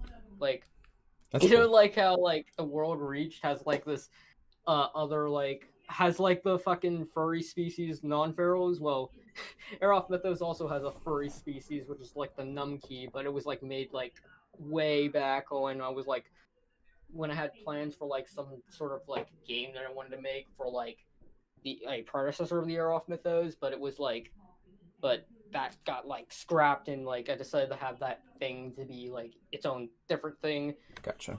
But the Numkey is still a part of the Aeroth Mythos because I really like the idea and concepts that me and my friend Brian have like came up with it. Yeah, it's cool. With the multiple different subspecies and their stuff. So, for some reason, Finn's asking me if I've heard of Dublin. Yes, and why? And then Sebastian says, hello, and what's the demon's name? Hello. And talking about Zalgo? Yeah. In the Aeroth Mythos, Zalgo protagonist god that exists in the Aeroth Mythos, and I have plans on like making my own series that features Zalgo, and Zalgo is also pretty open source for people to use in their own series. He is also the leader of a pantheon called the Elders, just like how like Slenderman in this mythos is the leader of a pantheon of different eldritch horror like gods called the Ancients. The Angst Bean arc. Hey, 2D, good to see you. Poor Norman. Yeah, Norman was the human. Norman's not the demon.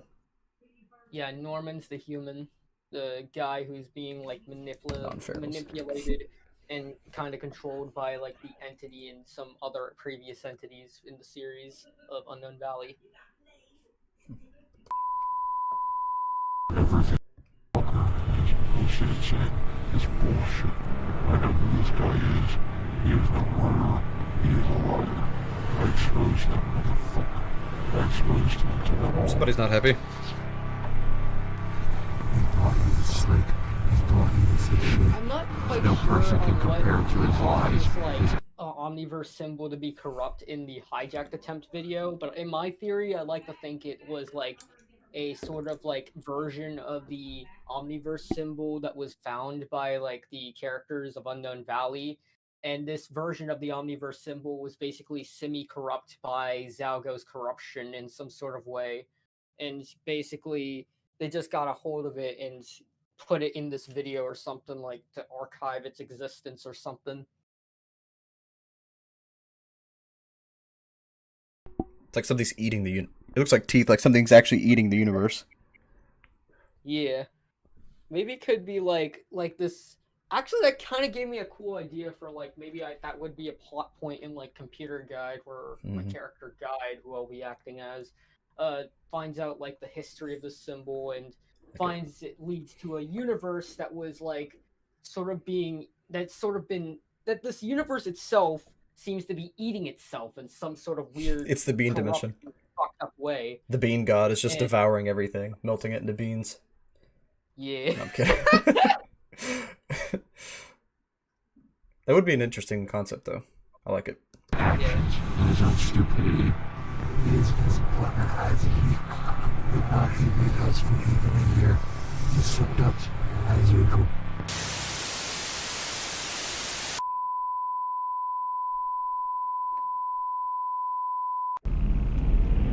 Kind of like a black hole, says 2D, if it's eating itself. Yeah, sort of True. like a black hole.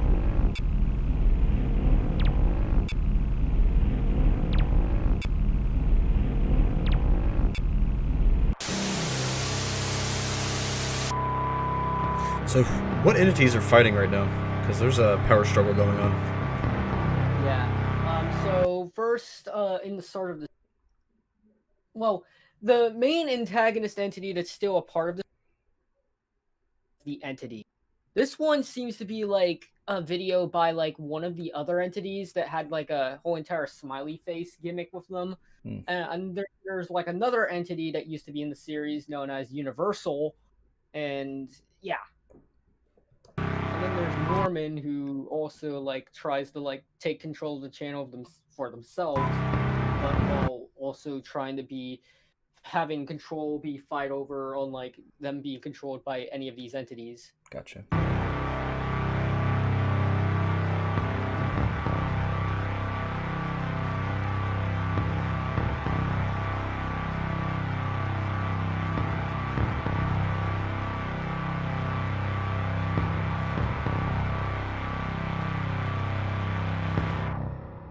I don't know why, but I feel like I could have danced to that.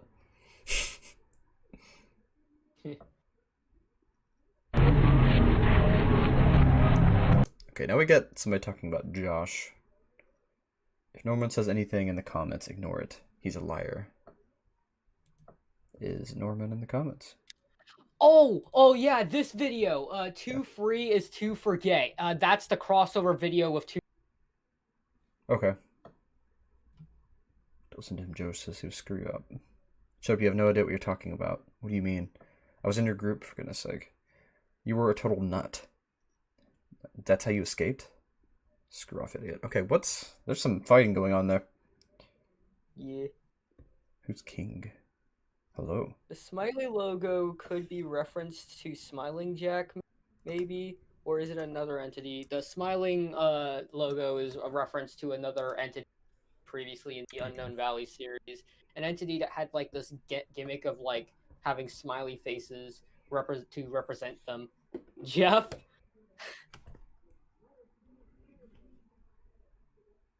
Hey, Flux. What do you mean? What do you mean by Jeff?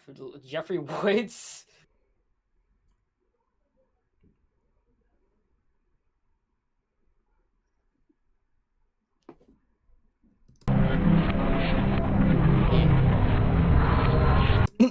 Listen up, Josh. I don't know you.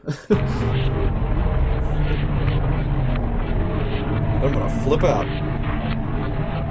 You don't know me. Jeff the Killer, I thought at first. Yes, the classic Jeffrey Woods. Oh yeah, that reminded me of how like I voice acted once as like Jeff the Killer for like this one series that one of our creators in the Year Off Mythos, the Correspondence, was like trying to do, but that series like got rechanged into like Riddle of the Forest Man, and then after like because like one of the actors couldn't help them out on like on the rest of the series and stuff, they turned that series into a new Aerof Mythos Correspondence series called like Strange Sounds at Night. Yeah, that's the name of the series. Yeah. Oh, okay.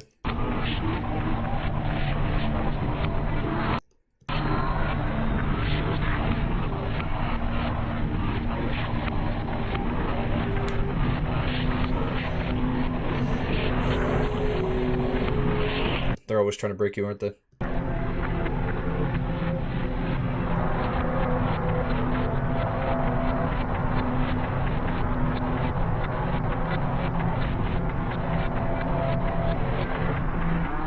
I was like you once, but I took an arrow to the knee.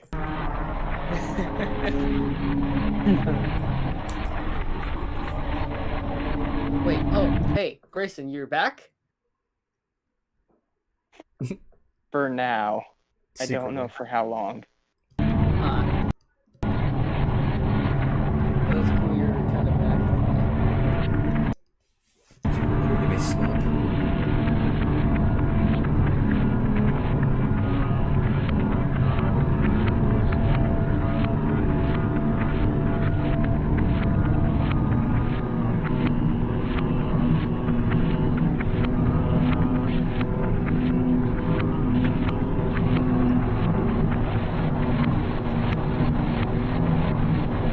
We're hearing a bunch of new names here. Ryan and what? It was Ryan and Justin, I think. Joseph or Josh. Yeah, it was Josh. Whoa. Ryan. I think Josh might be just like a shorthand.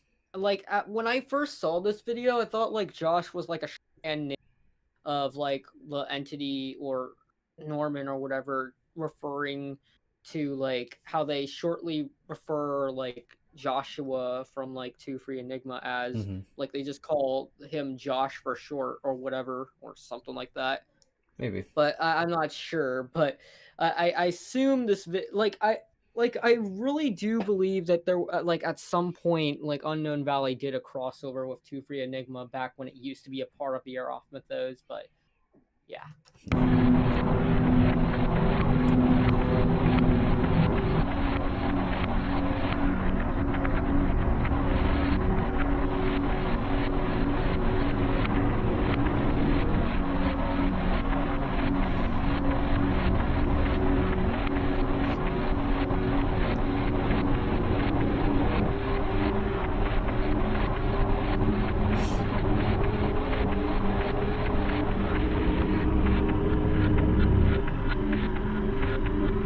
Can't help but like see the similarities of how like that one guy that appears in this video here and there just kind of looks a little bit like Milo Asher from Tribe 12. A little bit. Yeah. Hello.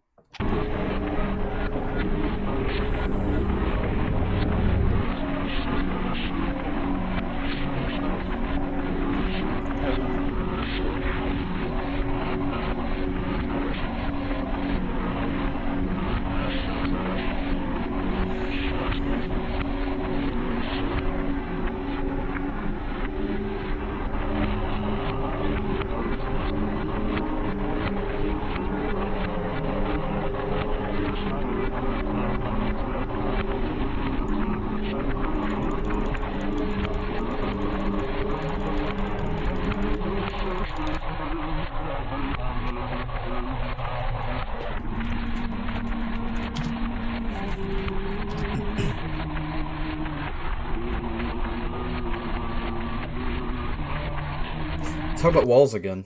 Walls will start leaking a black pus. Okay, it's talking about the actual walls. Never mind.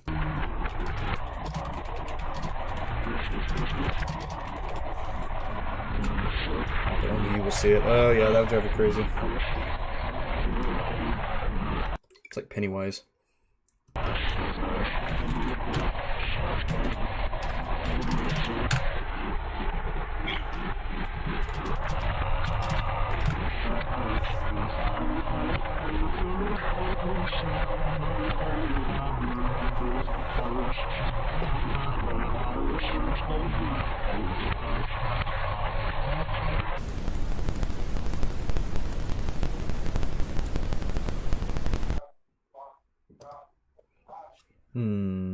That is a code that I haven't used in a long time. It's a circle with the dots. Can't think what that's called.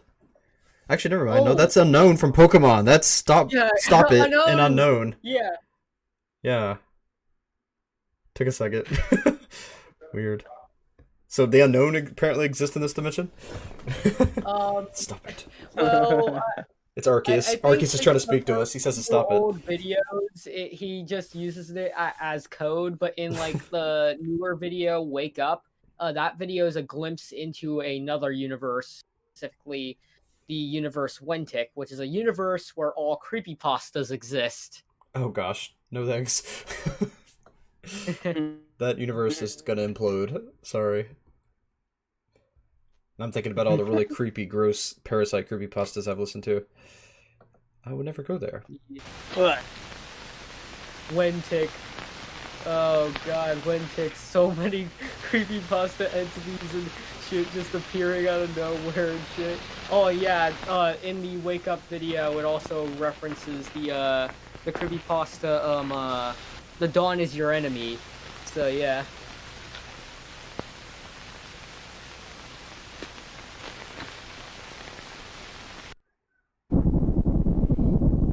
Hijack video. Let's see. Enough of the... What is that?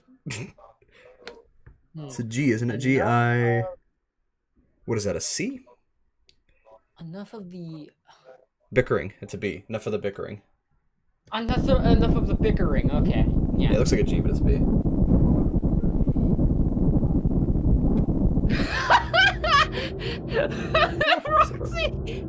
One of their ships Mephistopheles and Roy Mustang, and the cats love it. Oh, wow. Interesting. No, it's a Lore. what's happening here is like it's like this common joke within like liminality right now with like this like new character that's been like introduced in the world Reach or something like that, and oh god, the main character of Unknown Valley ships Mephistopheles X.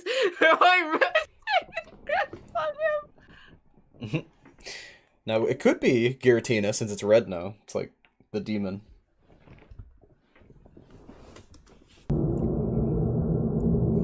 not sure if if one of the previous entities was a demon of some sorts, but I will have to note I have plans of demons being in the Aeroth mythos along with angels and a lot of other complex stuff with the angels and demons in the Aeroth mythos. Though the angels and demons, along with the predecessor species they'll come from, are like these entities called the Dakru and the Zek. The Zek are like predecessor angel beings that like brought the angels into existence, while the Dakru are predecessor demon beings that brought the demons into existence. And the interesting things about the Dakru and Zek, by the way, is that the major plot twist about them, on how they're created, is that they were both created by the dark chaos god Zalgo. That's a cool tie-in. Yeah. Look forward to that one. Alright, so now we're talking about Apollyon. This is probably a different Apollyon than what I'm thinking about. Yeah. Also, it seems to be like referencing like SCP and stuff. It seems like oh wait, I think it might be like a crossover with another like old Aeroth called Can't Sleep or something. That series, well, it used to be a part of like the correspondence and stuff, and right now the creator of it is like giving it a proper conclusion very soon. It hasn't posted any videos in like many years, but yeah. 5, independent. All personnel must evacuate. Repeat, all personnel must evacuate. Most personnel Thank must you for the lore. I really enjoy the series or whatever. Well, you're welcome. You're welcome, 2D.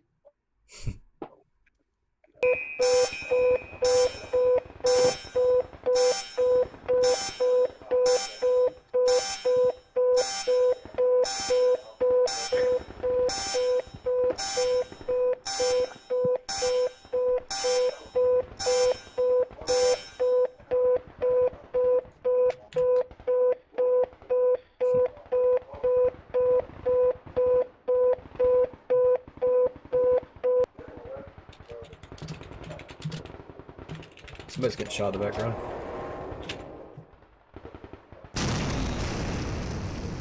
It said they broke out.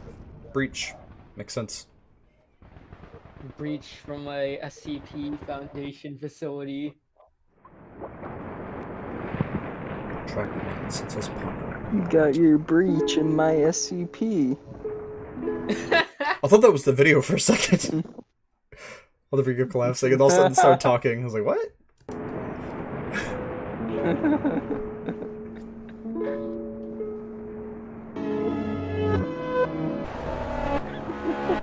FC Darfer says, nah, I think it was just Texas exploding! I blame Barney and the Beans. I live in Texas, so I can confirm.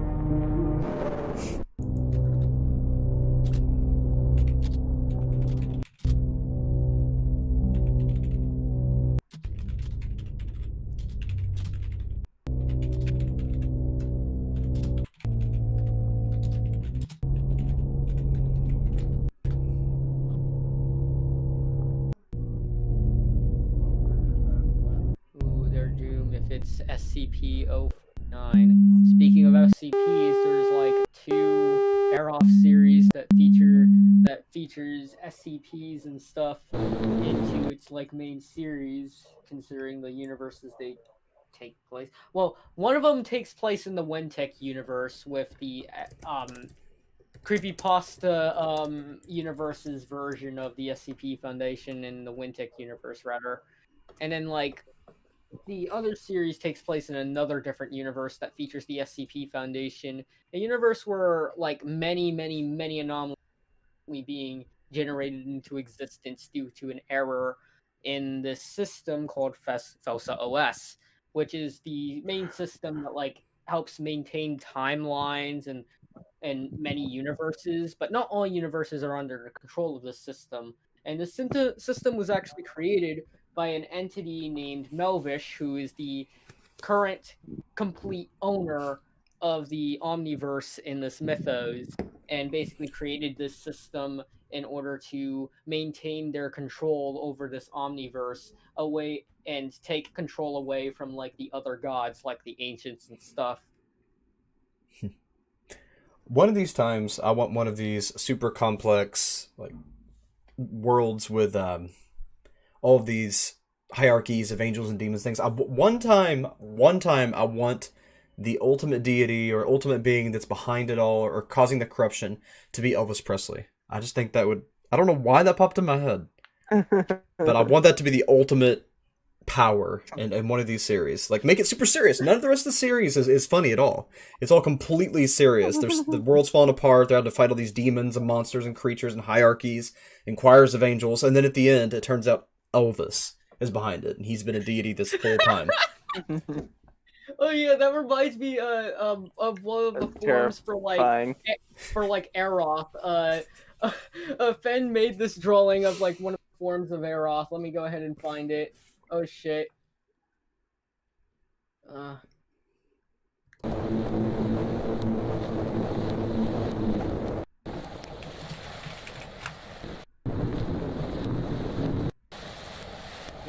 where is it? I know it's somewhere in the server or something. Doop-a-doom, doop-a-doom, doop-a-doom, doop-a-doom. Okay, come on. Where is it? Where is that image? Fen, you can DM me that. Yeah, that's the image, MC Darfer. DM me that image. I want that image. I want to show it to Grant. Oh gosh. Is it crazy? If you have a link, show me that, and I'll let everybody see it. Yeah, it's a funny image. It just like some like funny like form of the Aeroth. Though I will have to say the Aeroth has like more. He has no true form. The Aeroth is more so a force, basically, that doesn't have any. Thank you, Marceline. Okay. So kind of like in the Abrahamic, well, it's kind of an off-branch of the Abrahamic beliefs, but in the Islamic faith, they believe that Allah has no form, and it just will appear to people in forms they can understand or withstand. It never shows its true form, so it's kind of like that in a way.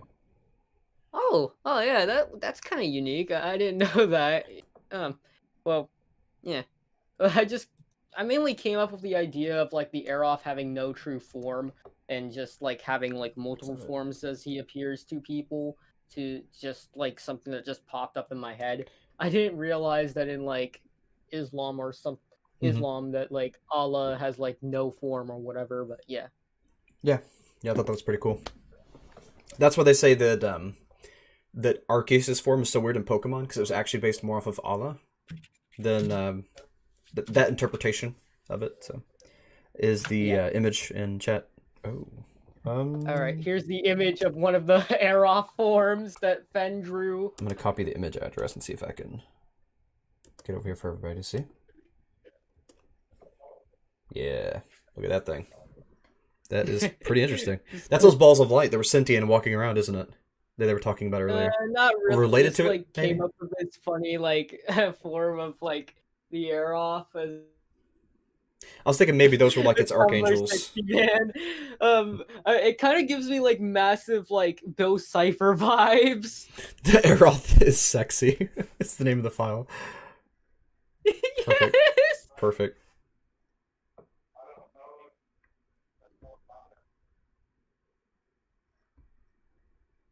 Yeah, I think this whole video is sounds. I'm gonna skip toward the end and see.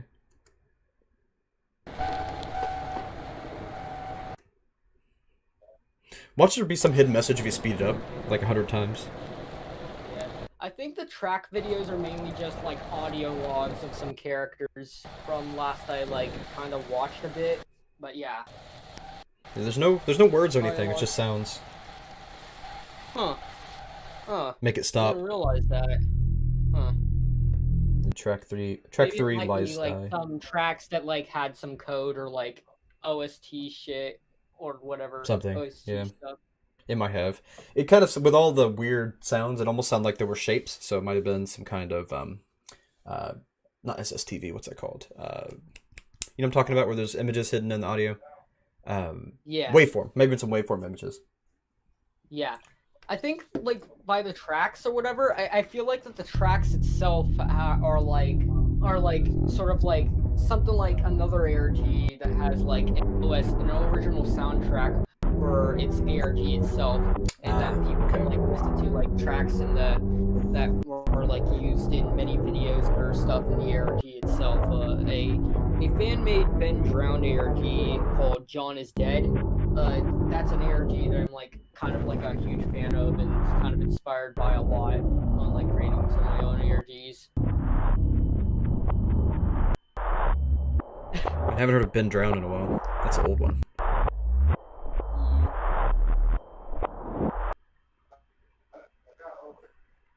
wonder what someone would do if I just made all these and I put all these on my phone and then connected my Bluetooth and just had this blasting. Just pull up to somebody's house and playing all these weird ARG tracks. Yes. Just have sunglasses on at night, pull up to their house, blasting these. Yeah. I gotta say, the John is Dead ARG has some swagger tracks in its OST. I really like some of the tracks from that ARG. including one track that's I need to look that up. just named "Always Watching You," which is literally the track itself was literally used in a video in the ARG called "Always Watching You."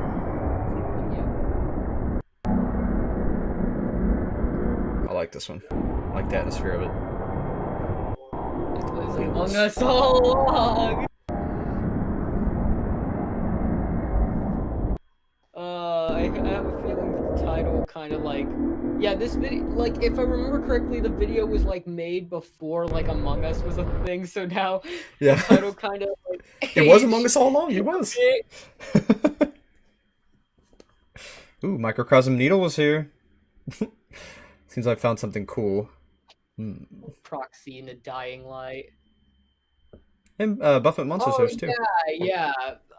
Apparently, in the past, Roxy discovered Unknown Valley like a year ago. Apparently, I didn't realize that until like I checked out this video like a couple of like last year, basically.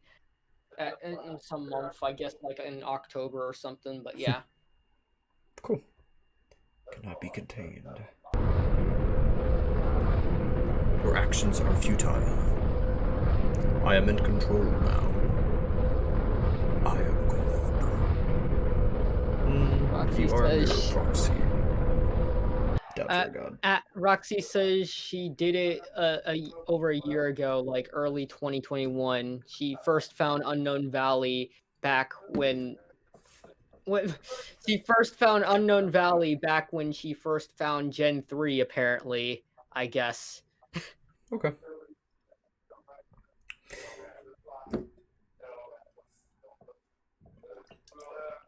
Now, what something always claims, it's funny, because in a lot of these universes, they're not talking about, like, a specific god, but then when they say that they're god, they're usually saying they're god to something else. So, Yeah. But then you're just a proxy, so I guess in this one, they consider Slenderman a god in this one, I suppose? That's kind of... Yeah, in the Eroth mythos, the Slender Man is a god. Okay, known as so I was picking up on. Disease, so, yeah. Gotcha. Do as I say, Ryan, and I will give you freedom. This is your last chance. Gods in the Eroth mythos. There are actually like 3 types of gods in the Eroth mythos.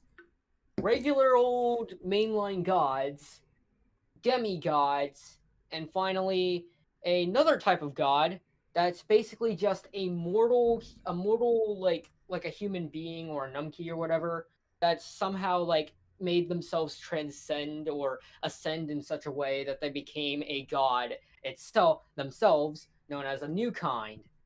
So yeah. Oh, I took control of Norman. Crap.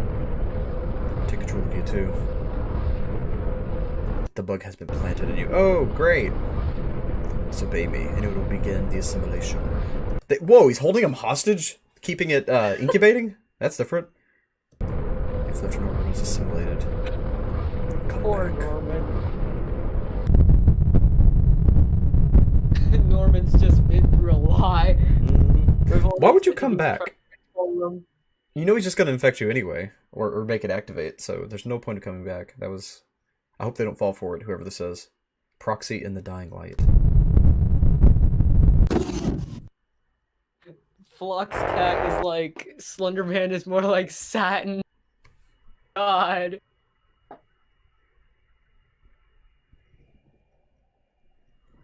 Probably playing some metal song in your parents. That's funny.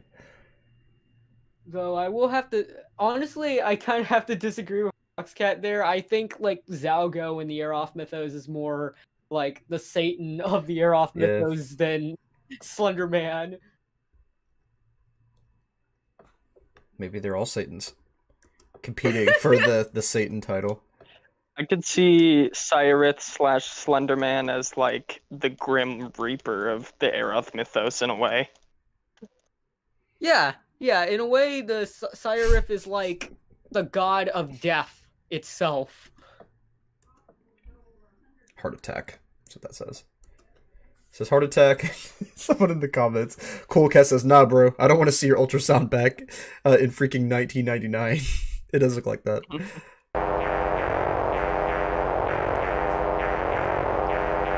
Seeing Hearts is weird.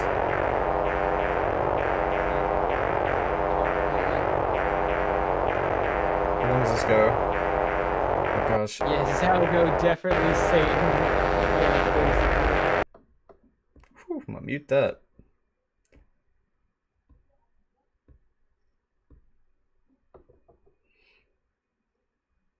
Okay. Oop, crap. Did it again. Alright, this one is not the end. Wait, did it skip too many? No, it did not. Oh, you kind of skipped a video there. There we go. It was not the end. That was the right one. Oh. Yeah, I had to go back. Keeps doing that thing where it doesn't finish loading and then I click the wrong thing. It's a slowed code. I thought reception interference was like first before not the end, but yeah. So Cool Cat says it's a slowed code.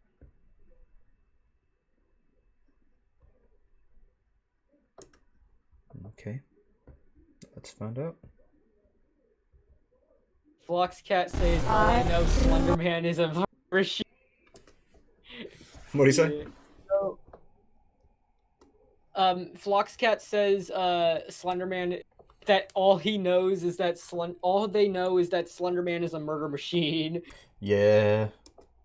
Well, for me, I interpret like Cyrif in the Aeroff mythos as being more like he basically he either like manipulates his victims into harming themselves or killing themselves, or bringing them to insanity and putting them into his control as like a proxy or a different entity like an Ackline or maybe like some other entities like Gormok, which are just former humans or former immortals that have been like horrifically transformed into feral-like creatures that serve the Slenderman, or like an inflicted, which is a creature that's from the Fear mythos that serves that are basically just humans transformed into monsters for the Slenderman, just like the Gormok. That's also served as Slenderman, but yeah. Alright, let's try to catch all of these if we can.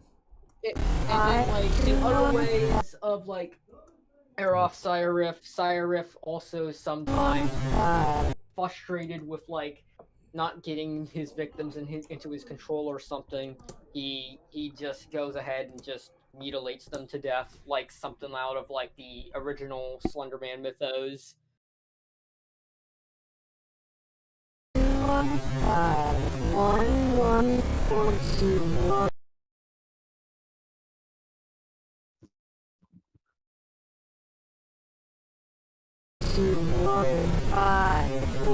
Man has no bounds in killing or using proxy or entities for his own gain.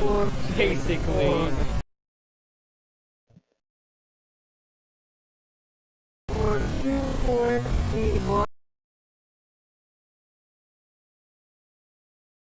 Or manipulate the main character into harming themselves, yeah.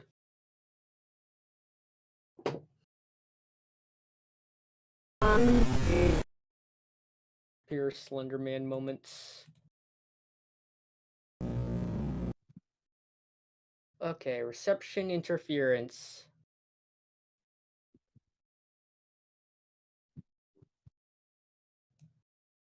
Doop-a-doo.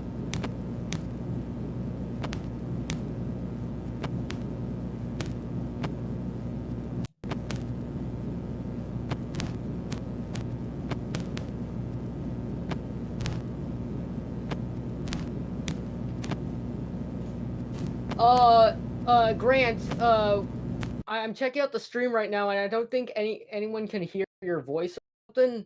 You kind of sound like muted or something. Can you hear me now? Yeah, I pushed the mute I button. can hear you now.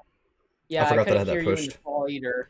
But yeah. Nah, I wouldn't say anything important. I was just saying I just put it on my list for later, that one code, because it's very long, and I'll just do that after I got it in the list. So, and now I'm saying that we're on the beach, which is cool, but it seems like that second star has appeared because it's flickering like crazy. Yeah.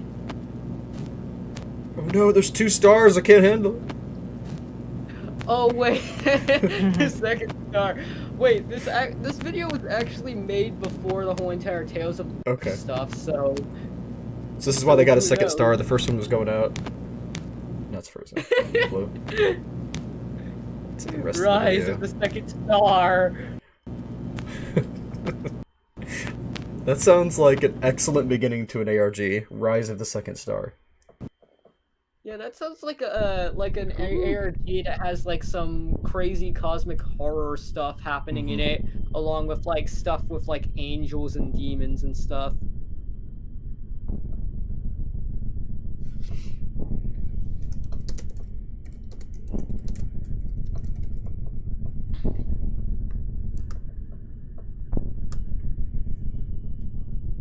The Bead God returns.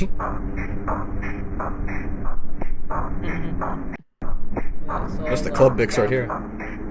Yeah. I saw like one of the fans of the Aeroth Mythos, or longtime fans of our Mythos, comment in the comments section there in that track video there. Yeah. Yes. Baphomet Monster is awesome. Yeah. So how long has she been a fan, actually? When were she into it? She first got into the Mythos when it was in its old Torif Mythos predecessor days. Oh, cool. That's awesome. Yeah. Longtime fan. She's been around everything, I feel like. She's connected to all these different stories, like user 64342, and just she's kind of tied into everything. Granny Monster and everyone. Yeah.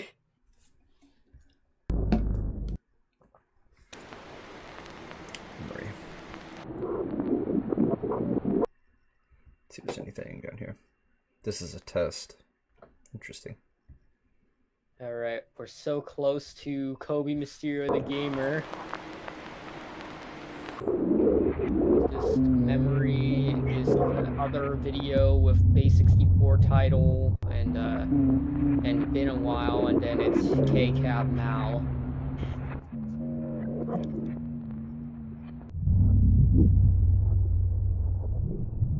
Good thing. Got something to say about the title of that video, but I'll save it until we actually get to the video, because, yeah, it's like an extra bit of context, I guess, for the character who's uploaded that video onto the channel. Yeah. Interesting bit of history. Kobe Mysterio the Gamer originally used to be like a Slender series of some sort that Grayson did, that I was like a fan of when I first saw it, and was doing like the OG Slenderverse version of like Computer Guide before I decided to turn it into an Aeroth Mythos series. And when I got back to making Aeroth Mythos, basically Kobe Mysterio the Gamer became a part of the Aeroth Mythos after I've introduced like Grayson to it, and like asked if he wanted to contribute to the Mythos, and he was like, maybe I'll have Kobe Mysterio the Gamer to be a part of it. And I was like, that sounds really cool, and I agreed to have that series to be a part of the Aeroth Mythos. Because at the time I was kind of on like a writer's block induced hiatus. I just didn't know where to go with this reboot of it. I didn't feel like I really had anybody who was wanting to like pay any attention to it and give me feedback or ideas of where I could go with it. And what I had was like a basic outline of major plot points, but I didn't know how to fill in the blanks without just making a bunch of filler episodes of Colby just talking to the camera and him saying, I have no idea what's going on. So and then I came in here and I was just like, oh, you need help with that? Well, I decided, and then I just decided to be, I'm a co-writer for Kobe Mysterio the Gamer and a video editor for the videos and stuff. Yeah, the background lore and like future plot points and outlining for the future seasons, spoiler alert, really popped off around that time. So yeah, we've got a lot of stuff planned for it. Yeah. Could have let the dog in. Okay. What's with letting the dog in? I Right. could have left the dog in. So that's not base 64, by the way. Not That's sure what not it is base exactly. 64. Mm-mm. I tried running it through a few things and nothing could decipher what it was. It must be like a different base, like base 32 or something like that. See if I can get it to... Let's try base 32. Nope. See base 32? Nope.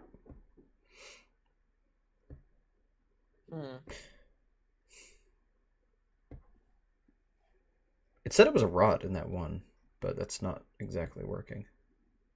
Okay, 2D in the chat says that they hate writer's block and they know how Grayson feels on going through writer's block. Yeah. The only thing I found that really helps to have writer's block is to brainstorm with somebody. Because if your brain can't think of it, maybe someone else's can. Yeah. And you just kind of Right. feed off each other.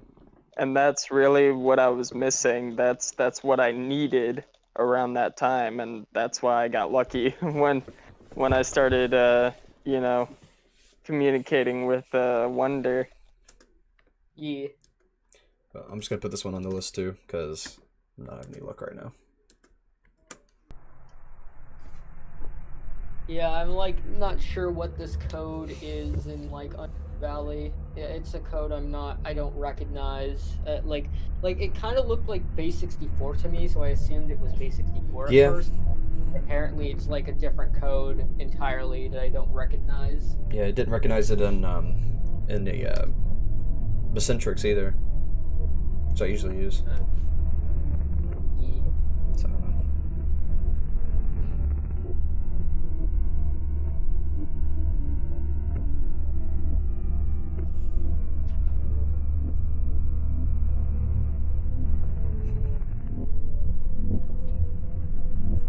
Cool Cat is like, something's off. Where am I? Yeah.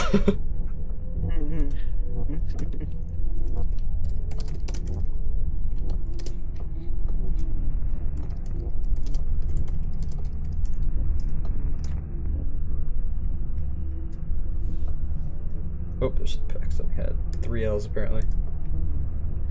Welcome to Yeah, hell. it's fine. Start playing metal. Welcome to hell.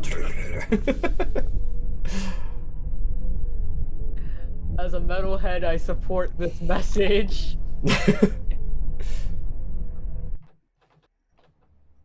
Hey. Okay. Hello. It's been a while, hasn't it? It's a dating video. Roxy is like, to be honest, my favorite part of Computer Guide is when they let the dog in. What? What is it about this dog? I just keep hearing that everywhere. It's this constant joke or meme that's been going on with like the World Reach right now with this new antagonist Yeah, I'm still character behind a they little bit. introduced, who goes on this gimmick of like saying "let the dog in" and like cats love this or whatever, and also just having like this Tumblr blog where they make fan fictions of like shipping the two characters or whatever of TWR or whatever. Gotcha. You haven't seen the present day me in a long time. The dog is canon to Aeroth. Did that officially make it canon? Oh god. That would be the first real true collaboration with Liminality Mythos and Aeroth.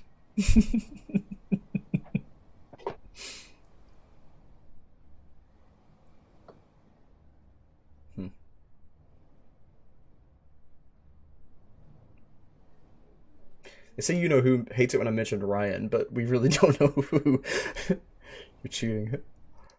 We had to keep some videos hidden from him, but he took a lot of them.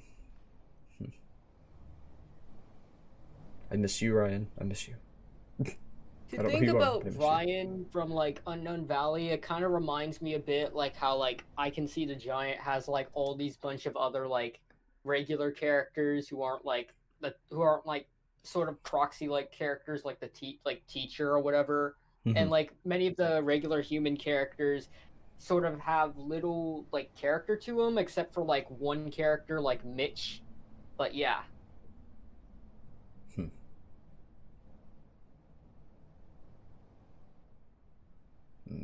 Whoa, whoa, whoa, whoa. Parasite got into your brain and moved it with your own hands. Excuse me? How? Like, cause I'm sure he's talking about the infection, not like an actual like worm or something, cause I got some weird images going through my mind right now, like reaching into his own eye and pulling it out, but I think I think he's mentioning like but how would you though? the parasite worm that like one of the entities said that they put it into like Norman's mind to control him or whatever. How would he remove it though? Like, do you mental strength? I would like an explanation, please. Maybe he had to do like some extreme, like, I don't know, like a mix of mental resistance and mental gymnastics, and also trying to do like some manual do-it-yourself surgery on his own head. Wow. Which would probably be really goddamn painful. Yeah. Yeah.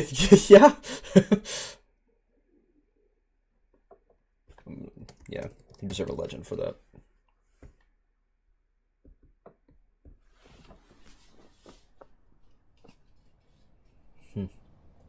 Depends on what type of parasite it is, says Floxcat. True. If it's like an amoeba, but still, how would you remove it with your hands in general? Like the way it was worded. I'm like, whoa. Ah, there it is. K-Cab Mal. We're on the first Kobe Mysterio the Gamer video, Grayson. Boop. Mr. Sandman.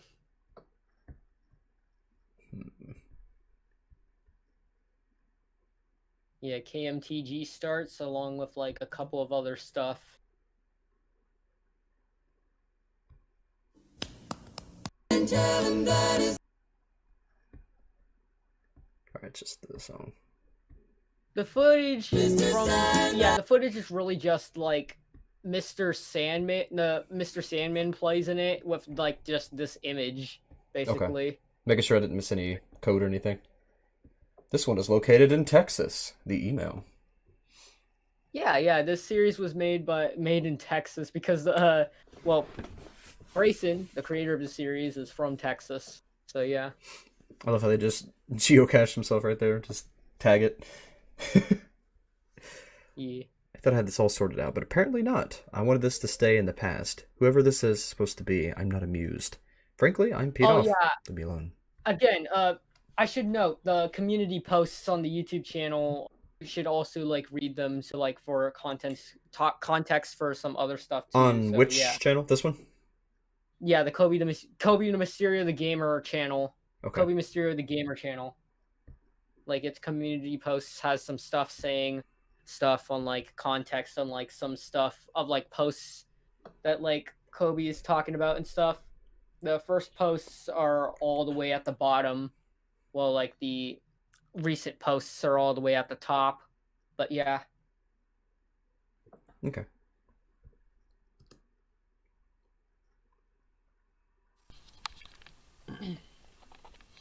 It's currently 5:07 a.m.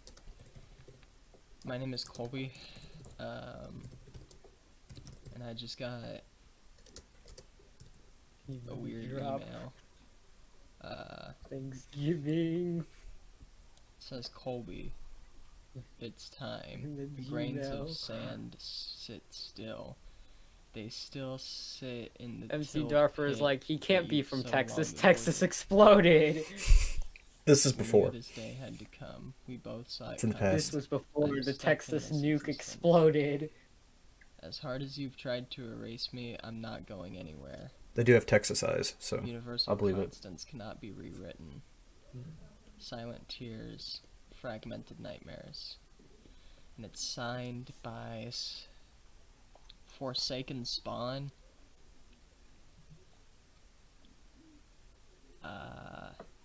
Doom. Is that a gauge? Like, or not gauge, but a Hold on. I've piercing. got the email right here. I think so. I'm not sure.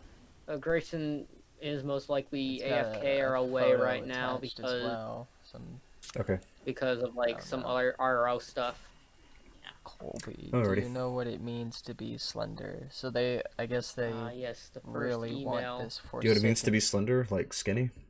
Spawn. Yeah. In the start of the series, like, the first antagonists were introduced. The moniker to be A remembered for some proxy reason. in the series. I don't really see His the true need. name isn't sort of revealed yet, but you can just call him Forsaken Spawn as his, I don't know. as Not that too is his concerning, like just username for his like off-putting. email or Just whatever. weird. Okay. I remember getting something like this a long time ago, but I don't remember the full story. Some dude, I think his name was Sam. Of course, it'd be a Sam. It's always a Sam. I don't know. It's been a long time since I had to deal with shit like this, but Hey, I mean, here we are Grayson. again. Jesus, I am sorry. Okay, so got interrupted again. Looks like This one was just semi-important, but turned out to be a false alarm. I don't know how to explain it. It's kind of personal. Okay. Basically, family member medical emergency. Mm. So yeah. Gotcha. All Sorry to right. hear that. Hope everything's okay. All right. decided to So slap this right now, together so and- far, we've finished checking out the KCAB Mal video, and now we're on the email video. Awesome. Okay. So the note that I had about the title and the description of that very first video is that, I mean, it's not even really a code. It's just, words spelled backwards with no spaces and opposite capitalization. So instead of the first letter being capitalized, it's the last letter. So the title is I Am Back. And then the description reads, I never left. Okay. Yeah. What about that? That wasn't one of his codes, was it? The GHV0T1 code that we couldn't figure out? One we thought was a base 64? As far as Colby Mysterio the Gamer goes, I don't really use much of any codes. I probably will later on in the series, but most of the time if I'm having like a proxy character speak or something, most of the time it's just like reversed text, because I don't want there to be a bunch of tedious, decrypting and stuff going on. Like, I want it to be kind of edgy and unique and stuff, but I don't want people to be like, oh god, base 64, oh god, Caesar cipher, Yeah. Honestly, for me, I find reverse text and like ARGs to be kind of underrated. I mean, shit. I almost said overrated. I meant underrated. Yeah, I've never really seen very many other people do it, which is, mainly the reason. Like, it's simple but pretty effective. Yeah. Send it to me as a troll. That's what I'm gonna assume for now. I'm not too worried about it, but it's weird. I guess, spoiler alert, Didn't kind think of. Things like this The would person start happening sending again, and the email to Colby is the same right in person who front of me, posted here that it is, video, so, which I feel like yeah. is pretty easy to it is what it you know, is. come That's to the conclusion.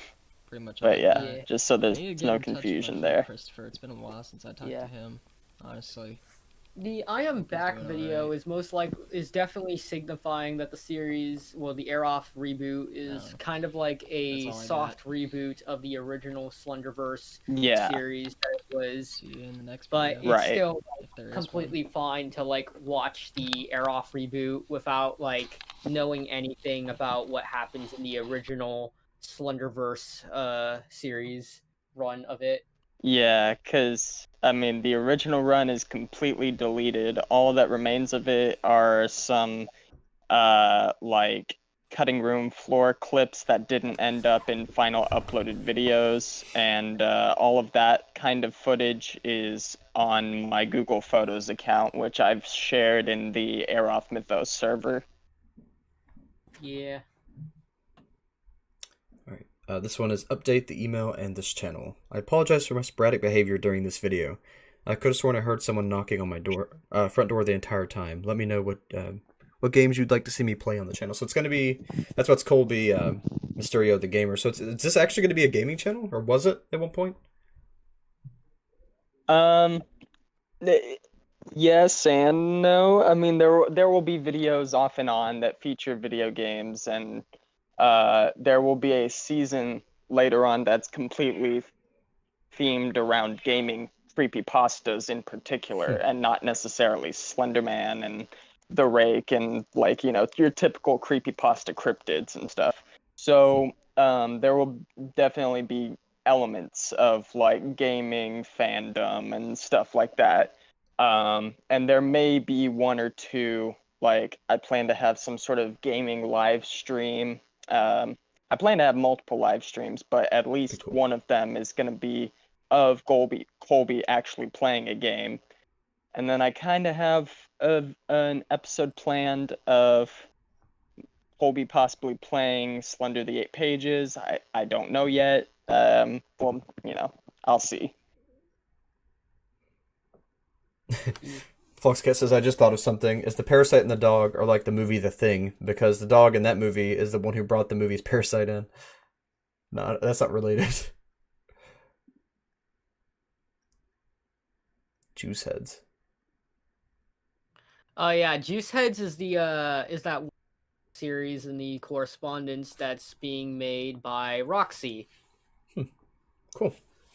MC Darfer says there's an Aeroth Minecraft server? That's cool. Yeah. MC Darfer is working on that Minecraft server and stuff. Says that Colby should play in it.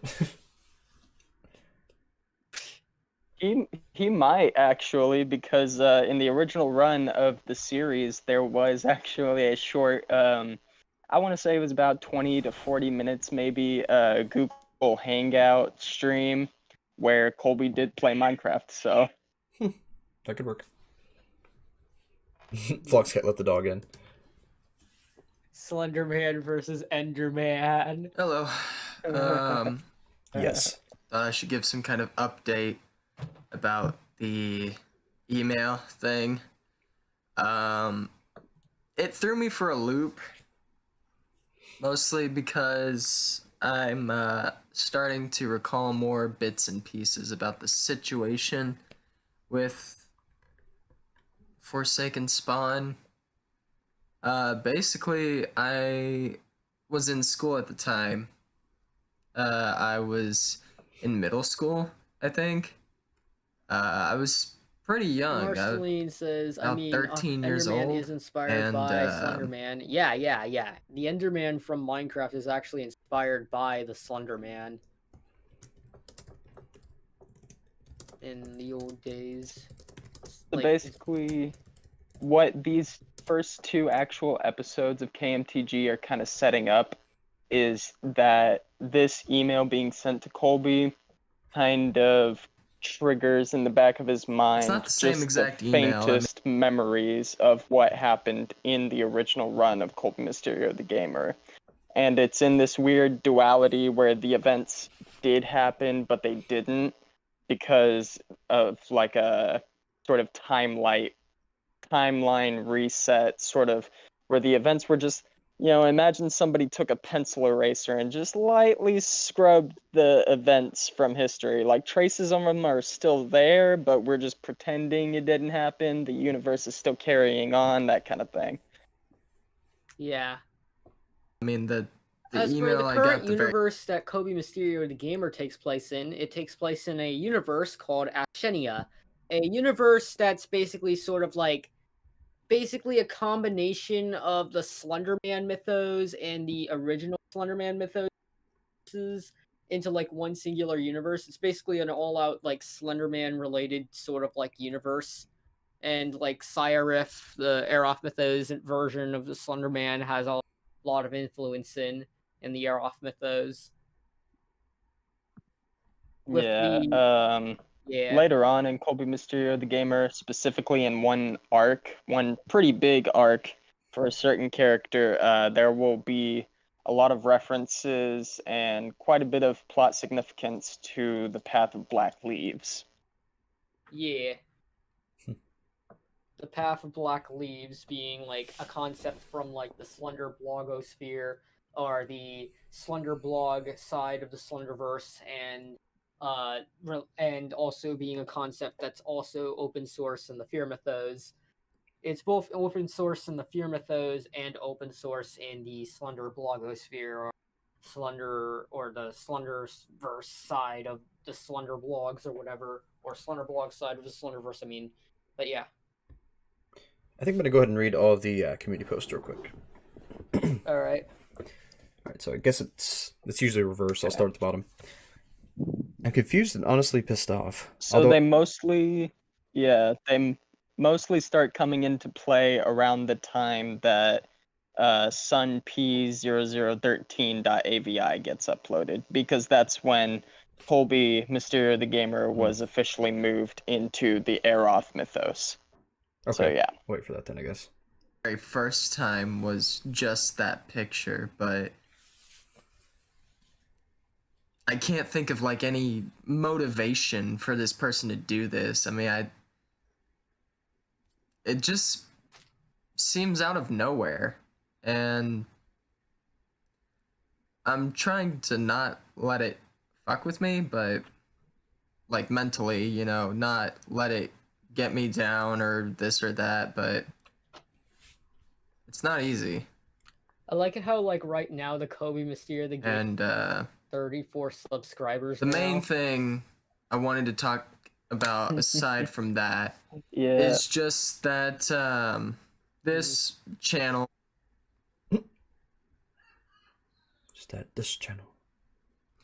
this channel is meant to be a gaming channel. I mean, I've grown up loving video games, you know, like all my life, ever since I was 6 years old, playing Pokemon Blue on the on the Game Boy. Did you see it? And it's just something about them that just draws me to them, and I'm pretty open-minded when it comes to art and stuff. Like, I kind of have the definition that that there really is no good or bad with art. Like, it just depends, you know. Some qualities are more, I guess, I don't know how to put it. I'm bad with words when I'm on the spot, and I'm really trying to articulate what I'm getting at. But the point is, you know, I just have an interest in this being a gaming channel. And that's what I originally started this channel for, you know, when I was 13 years old. So, I mean, I don't know. That troll kind of did inspire me. I may actually play, you know, Slender the 8 Pages just for the fuck of it, just to see what kind of reaction I get from them. Other than that, I didn't really have anything to talk about. Black and white video. I don't know.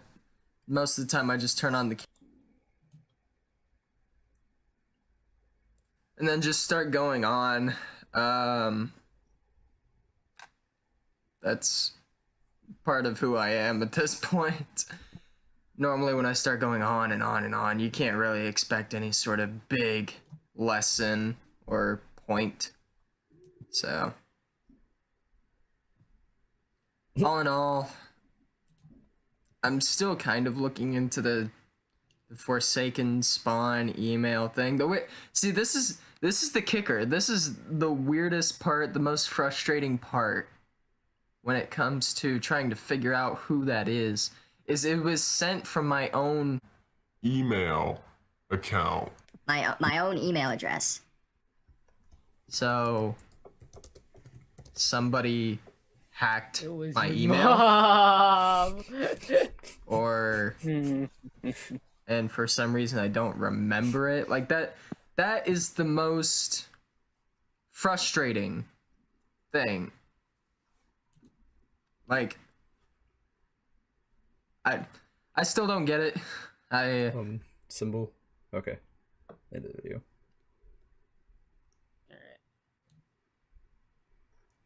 Swear to God, if I hear that noise again one more fucking.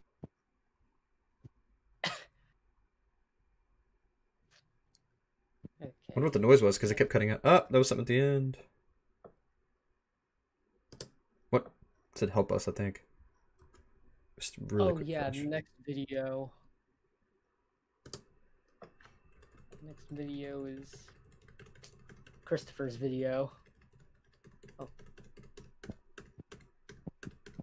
I completely forgot that I put that hidden frame in there. Yeah, it said help us.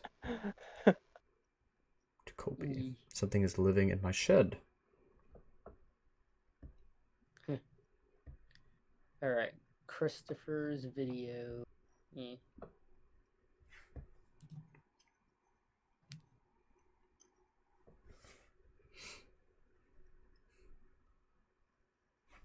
Yeah, doubt it's a wild animal. That is definitely not a wild animal if you start hearing whispering.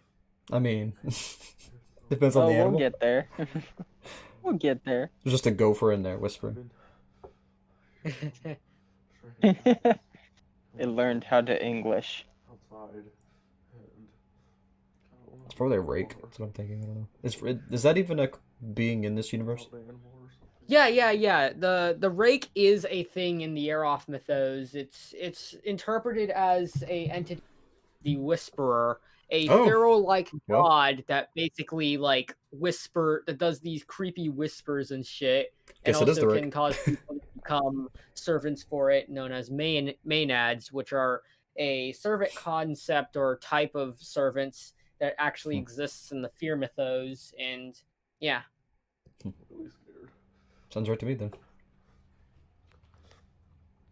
I realized after the fact, I honestly kind of realized this only recently when, like later last year, I was rewatching the beginning videos of Dark Harvest with how, I think, wasn't it a thing in early Dark Harvest where Chris says someone sent him something from his own email or something like that? Yeah, I believe so. Call me sometime today and we'll discuss. Because I don't know what to do anymore, man.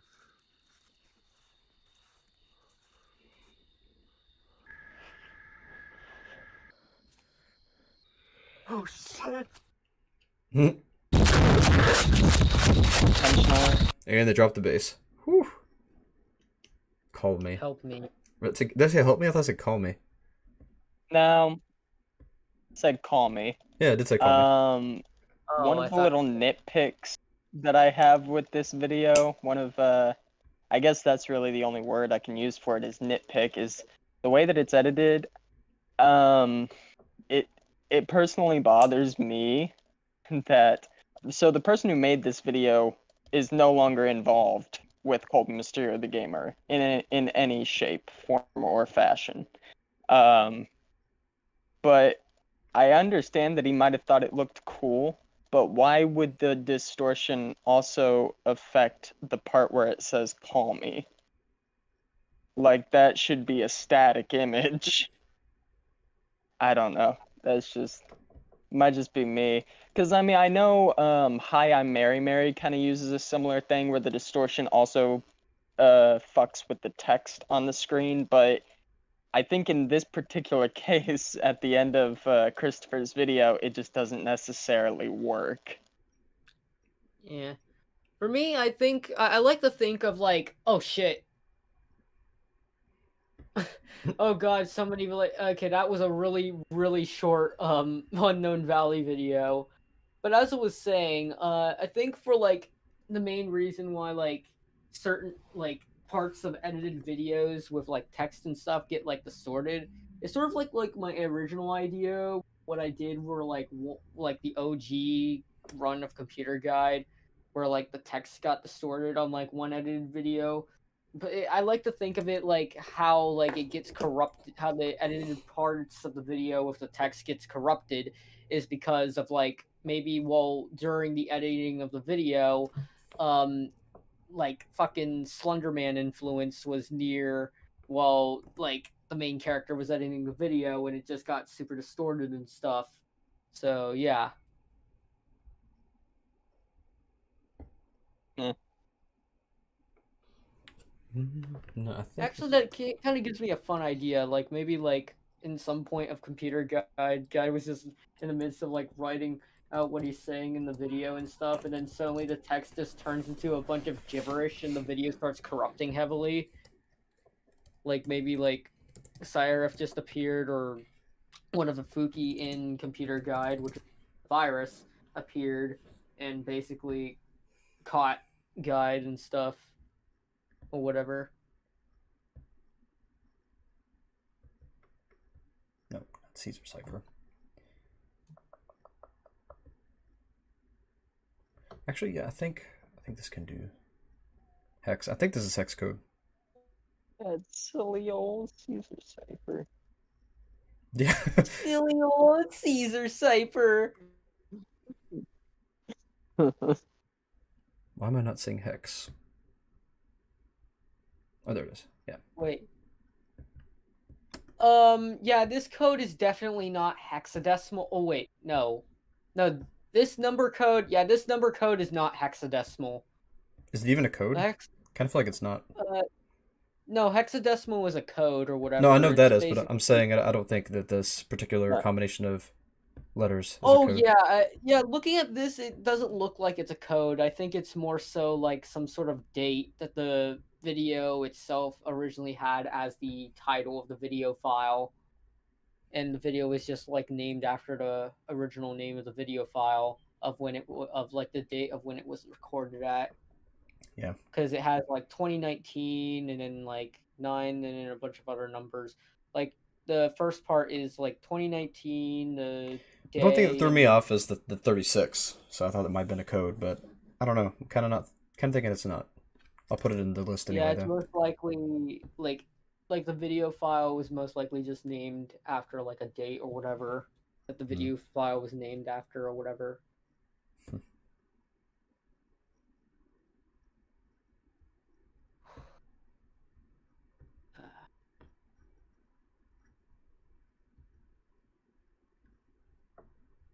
Broadcast 52. We're so close to defy God.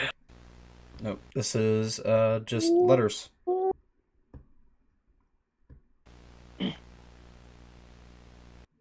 Well, once you get to defy God, another pop up.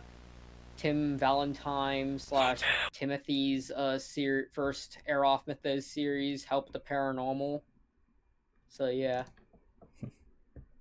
Which features Cyrif and a bunch of other SCP entities as antagonists and stuff.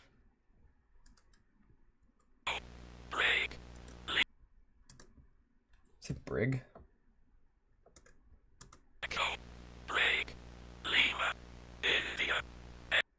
India. Delta. He lied. It's just he lied.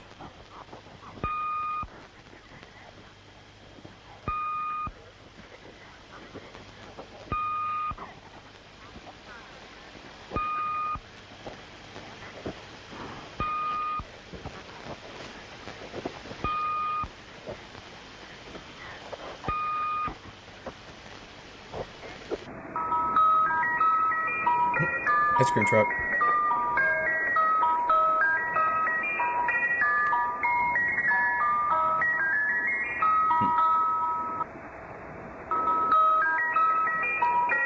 Suddenly I'm reminded about how I haven't data moshing glitch effects for like Kobe Mysterio the gamer yet. I gotta get to using the glitch effects than just using like data bending glitch effects more often most of the time, because I have that like plugin on my Sony Vegas that allows me to like add like data mosh distortion to certain clips and shit. Thief sites you see on a daily basis.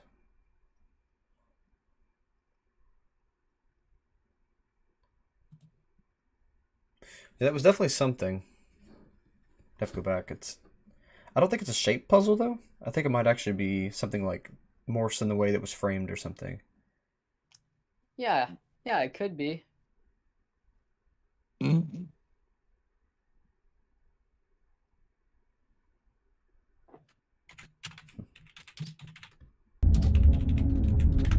Dry.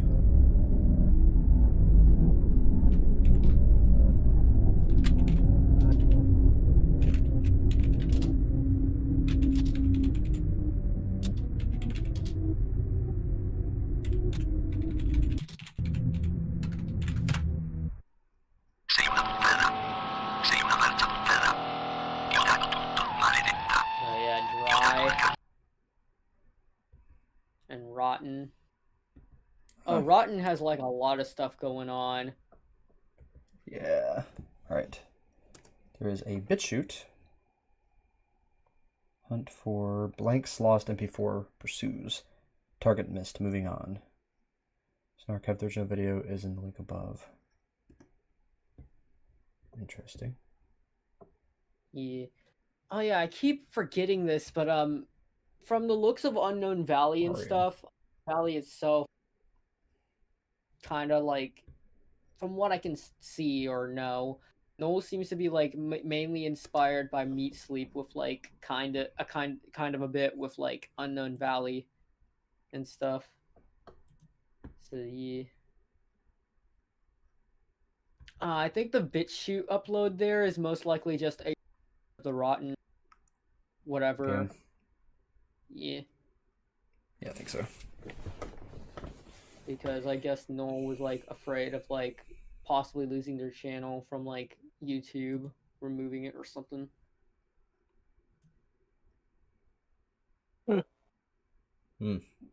Gross.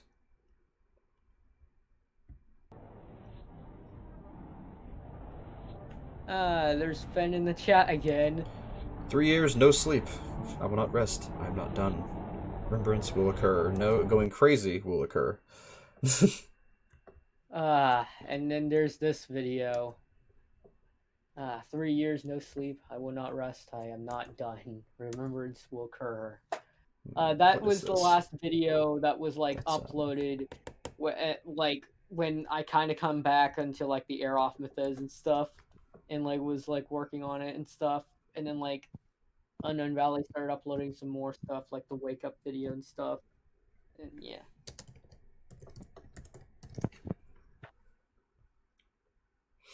This isn't runes, is it? No. Well, actually, it might be.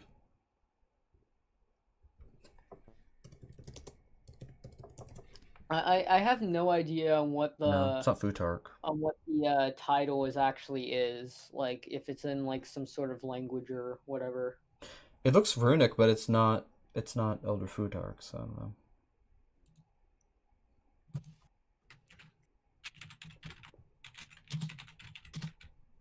Add it to the list.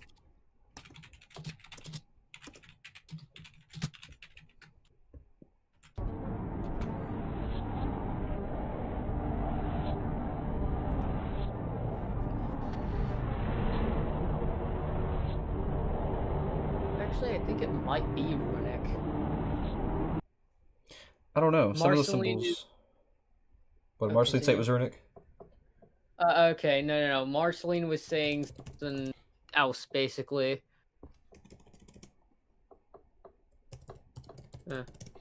Marceline says, "I just imagine if Grant would search that would one of the titles would mean, and Pork would just appear as the meaning."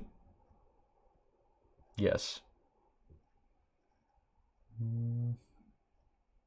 Yeah, I don't know.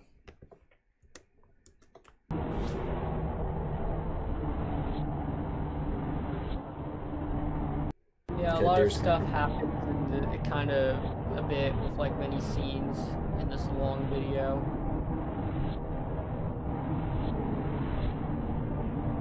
Yeah, I'm thinking somebody drowned in the lake.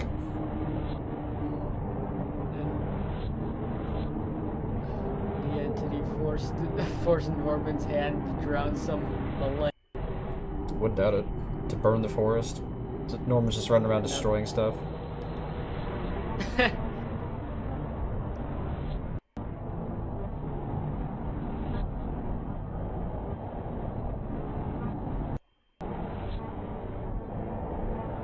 Norman's causing a storm. Storms of ruin.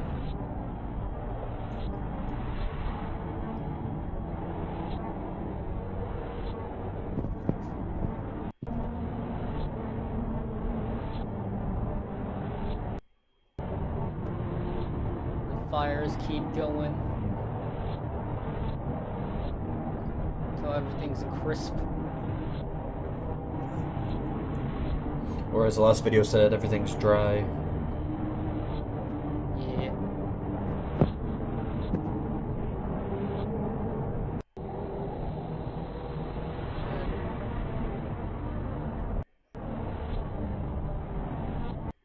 And it seems like someone, or maybe Norman, is like trapped in a house that's completely stuck in the dark and been barricaded with a bunch of furniture. I feel like that's probably the brother that disappeared at the very beginning. Are we gonna hear any more about them? No, I don't think it might be the brother who disappeared from the very beginning. Who knows? Maybe Noel and I might make that canon, that this video is just showing off like that one of the bits of footage is just footage of like Samuel exploring some parts of the empty city or whatever. I'd like to see that. Yeah.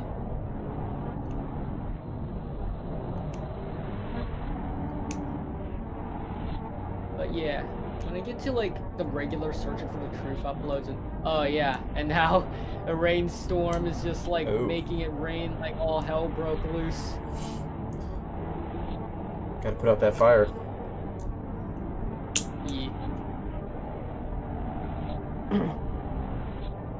But yeah, what I have in mind for like when I get to like normal uploads of Flood of Judgment. Okay, let's get to the blog, the blog of I got now. Okay. I suggest you read the introduction and blog post before you get to reading the description of the video. Okay. Where did I put that? There it is. Okay, the first post is the introduction blog post. The top post is just the most recent post. Okay.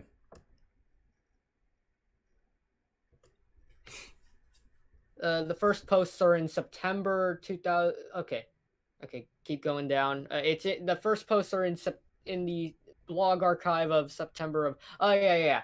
The first. Yeah. There it is. And so it appears.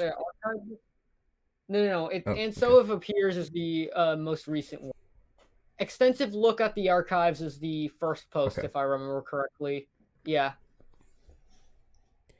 All right. So there are 3 total? Yeah, 3 total blog posts. All right. Extensive look at the archives. Sorry for the lack of updates. I have been taking extensive look into the many archives. Wait, no. Sorry.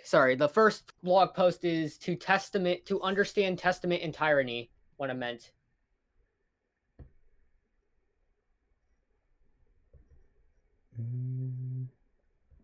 There it is. Yeah. Okay.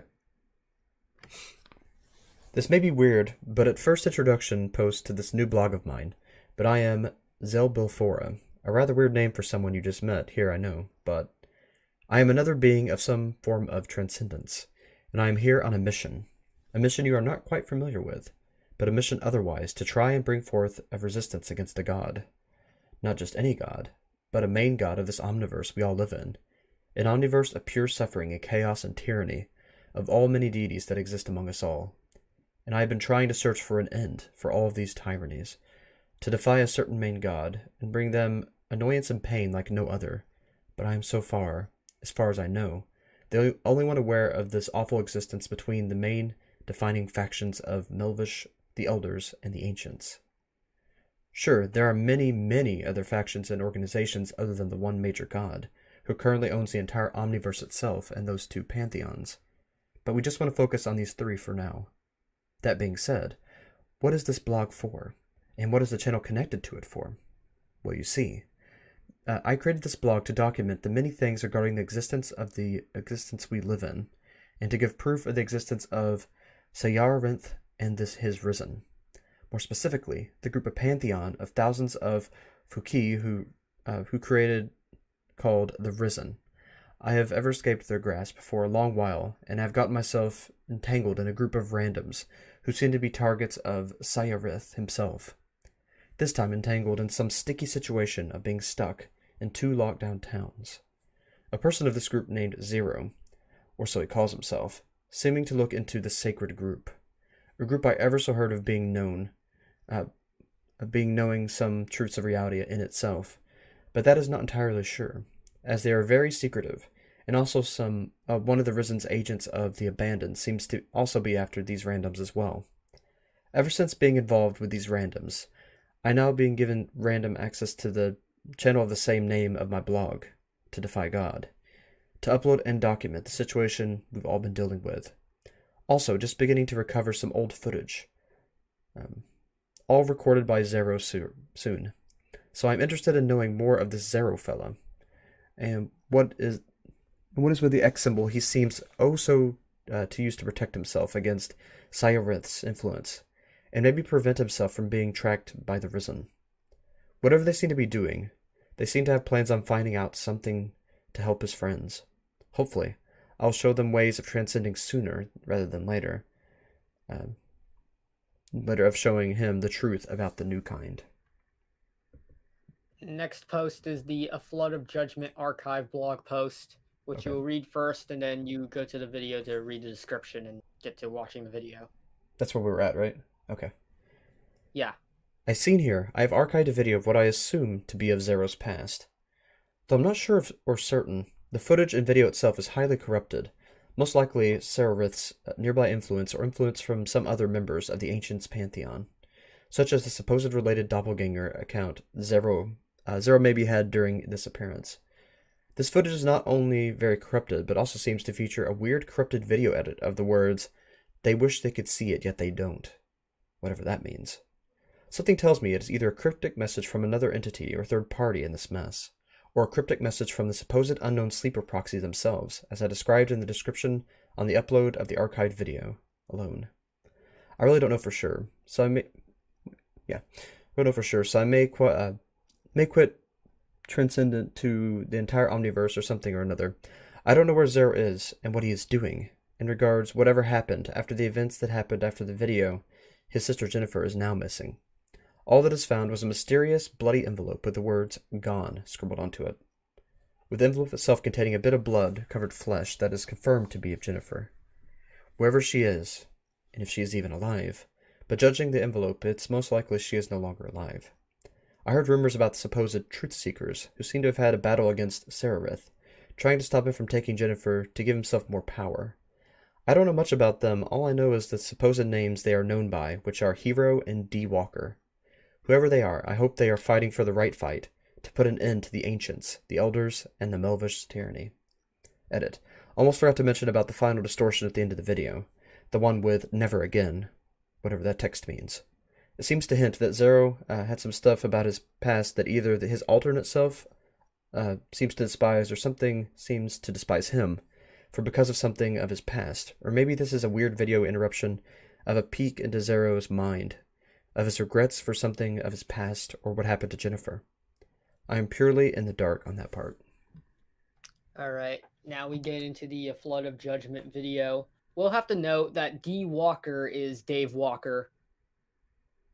You know, Dave Walker from Searching for the Truth. Okay.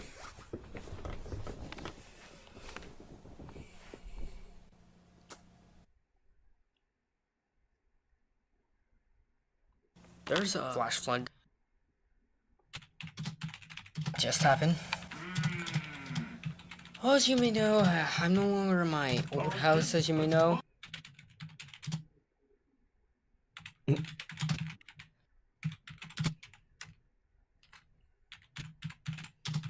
That's a major distortion. Yeah.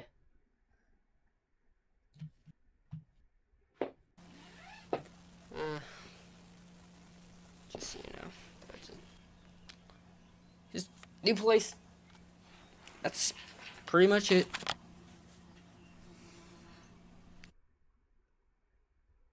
I wish they could see it, yet they don't. Yeah, that's what I was talking about. Oh yeah, that video right there. Yeah, that is me in real life. Nice. Well, the video itself was recorded by a younger version of me. The footage was originally meant to be like for like a episode for a old series of mine that was a part of a predecessor of the Air Off Mythos, but I have plans of rebooting it. Gotcha. Okay, now. Okay. Oh wait, did you read the description of I A went Flood of back. Judgment? Yeah, I'm about to. Alright, this appears to be one of the many videos recorded by Zero's past self. Whoa, so that's Zero, I guess. Yeah. Okay. And I'm the actor for him, basically. Gotcha. Or maybe this footage was recorded by an alternate Zero. It's hard to tell what the origins of this footage much, but from some of the digital analyzations indicate that this footage relates to some past events where Zero moved out of his house and started living in an apartment complex away from where he was originally living, in order to possibly be safe from Seriath's influence, and maybe even away from the ancient pantheon's influence as well. But nope. Instead, from what I could tell, from many archives I could find, he has an encounter with a doppelganger. And maybe another timeline version of himself. Another thing to note during this time of the recording, this is before Zero knew Seriath, sort of influence, and had control over the rain. During these moments of encountering this mysterious doppelganger in this new apartment, possibly most likely one of Corpus's doppelgangers, and other timeline version of himself, he encountered seemed to don a mask and ramble about a flood of judgment coming. Could this alternate timeline Zero be what many call a proxy? What makes things more confusing is if this corrupted footage was recorded by said alternate timeline Zero, how come he seems to be fine during this recording? One of my theories could be that he may be a sleeper proxy, but then again, the sleeper selves of sleeper proxies always actually act like hollowed puppets for Seriath, Sayarith, and his many Fuki. I find it doesn't make sense for Zero to suddenly encounter an alternate proxy version of himself that seems to be rambling irrationally about this flood of judgment in my eyes. Though then again, I know little to nothing much about Seriath's usual hollowed out and brainwashed, mind-corrupted mortal servants. So who knows? Alright. Yeah. The next video is a video from Help the Paranormal, one of Tim Valentine's series. Oh. Hello, my name is Bruce Miller. Help the Paranormal. That's a cool symbol. Yep. Help the Paranormal.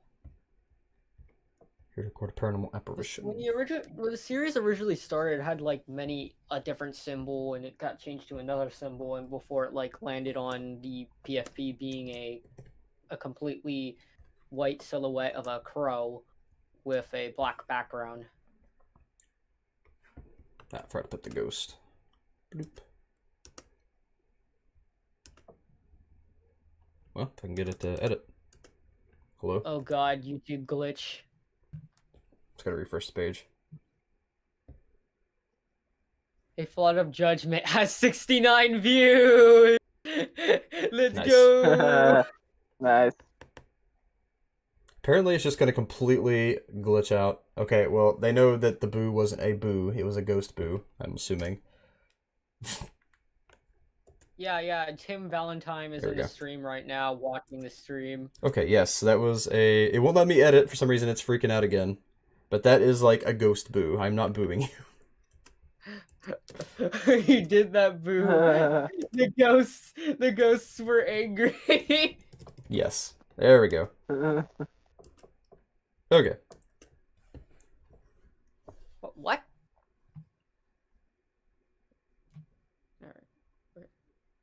Feeling like paranormal presences in their house.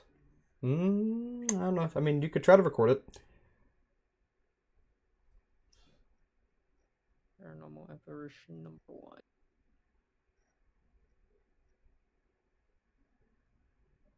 Alright, now just to note this, Help the Paranormal takes place in the Wintech universe, a universe where all creepypastas exist. Oh gosh, And no.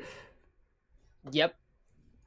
And in this universe, well, in this series, it focuses on its own interpretation of the SCP Foundation that exists in this universe. So yeah.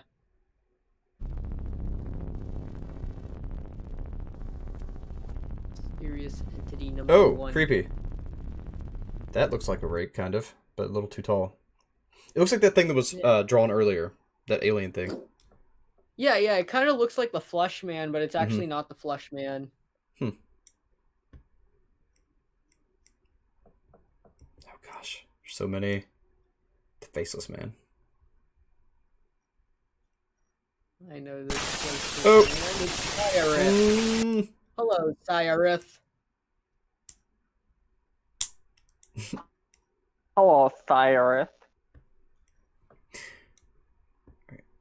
Okay, this is one of the oh yeah, I remember this video. This video is like one of the like Zalgo appearance videos or whatever.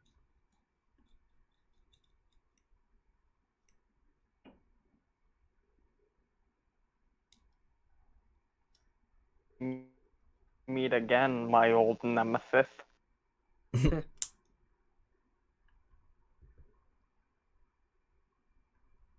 Hello, Zalgo.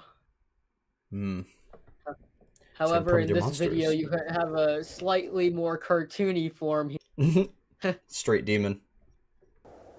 Yep. Though he is the real original concept of the... He invented demons. Basically. Interesting.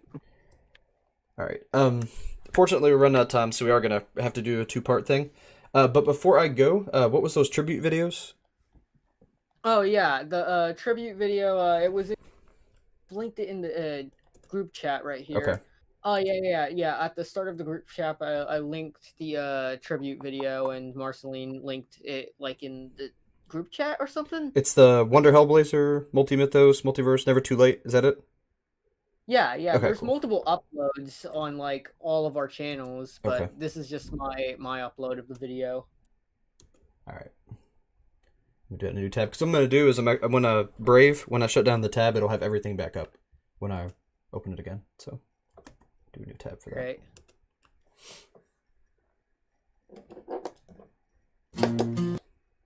Alright, we'll give it a like. I'm not subscribed to Wonder Hellblazer. Let's add that in. Thanks. Okay. Nice song choice. Yep.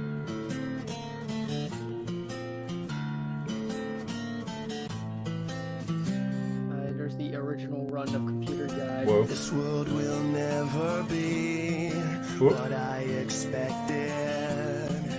And if I don't belong, who would have guessed it? I will not leave alone. Everything that I own to make you feel like it's not too late. It's never too late. The Northwoods Project. The Guardian Angel. One of my most favorite Hermetes entities. Oh, hello, Jeffrey Woods.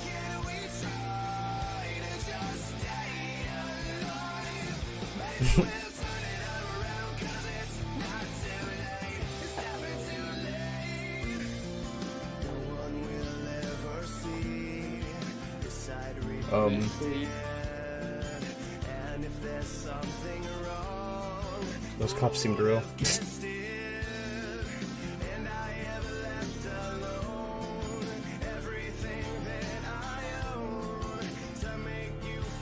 Go to sleep. I can see the giant. Oh, hello, and then there's the architect. Oh. Airman hybrid. Yep. Unknown Valley. Walk down the dark. Woo! Yep. Daisy Brand too.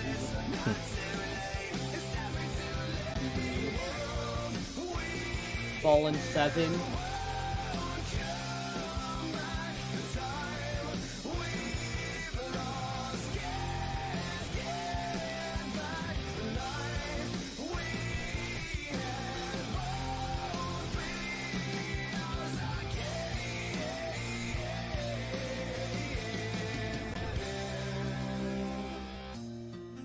This world will never be what I expected. Juice Heads. There, there. Jack's Nature. Sonic? It's a digital horror Sonic.exe series. Yeah, I remember that. Not interesting videos. The author's notes. The Jeff Woods reboot. My Dark Journal. Finn looks really interesting, to be honest. What a good costume. 502. We lived eternally. Oh, that would Finn. What was that? I was looking at the top. What was the... What was the thing with all the costumes? That was Run. And Obey. And Climax. That's what I was... Oh. Okay. That's awesome. Where I can see the giant? No. Well, that too. Yeah. Never seen I Could See the Giant. Nah. I Can See the Giant is one of my most favorite series. What is that? It would be like Ekva yeah, 19. That's Ekva is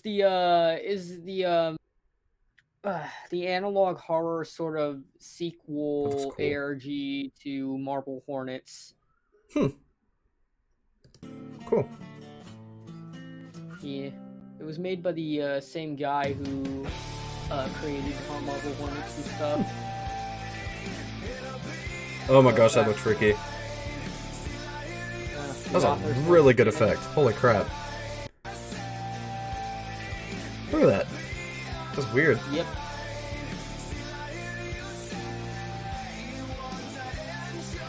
Jeffrey Woods, who's Jeff Woods again. Follow the Mox. Collection. JS Camera. State of a Madman. Unknown Valley. Fourth World. Oh yeah, Fourth World's another Air-Off series, but it's not a part of the Correspondence. Though I have plans of like doing a crossover with the with Fourth World. Me and like the creators kind of have plans of like doing a crossover with that or something like that sometime.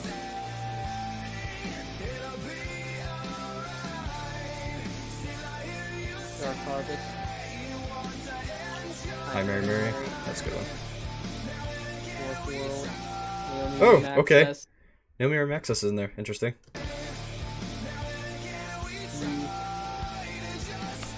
Caught Not Sleeping. Project New World. Diary of the Damned. Oh, there's my Surreal Anomalies ordinary feat from the Liminality Mythos. Cool. That was below. That was good. To Defy God.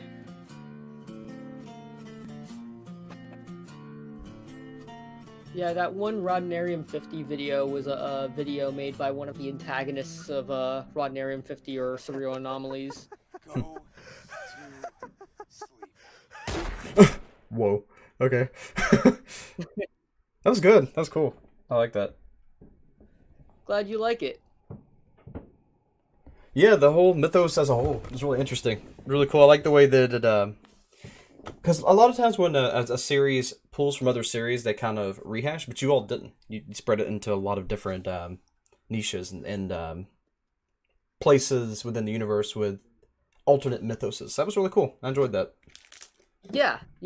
The basically how I came up with all these ideas is that I reutilized many of my old ideas that I came up with for like my many predecessors, and I also like got inspired by the many started coming up with other cool ideas that I wanted to do with my mythos that I got inspired by like other mythoi.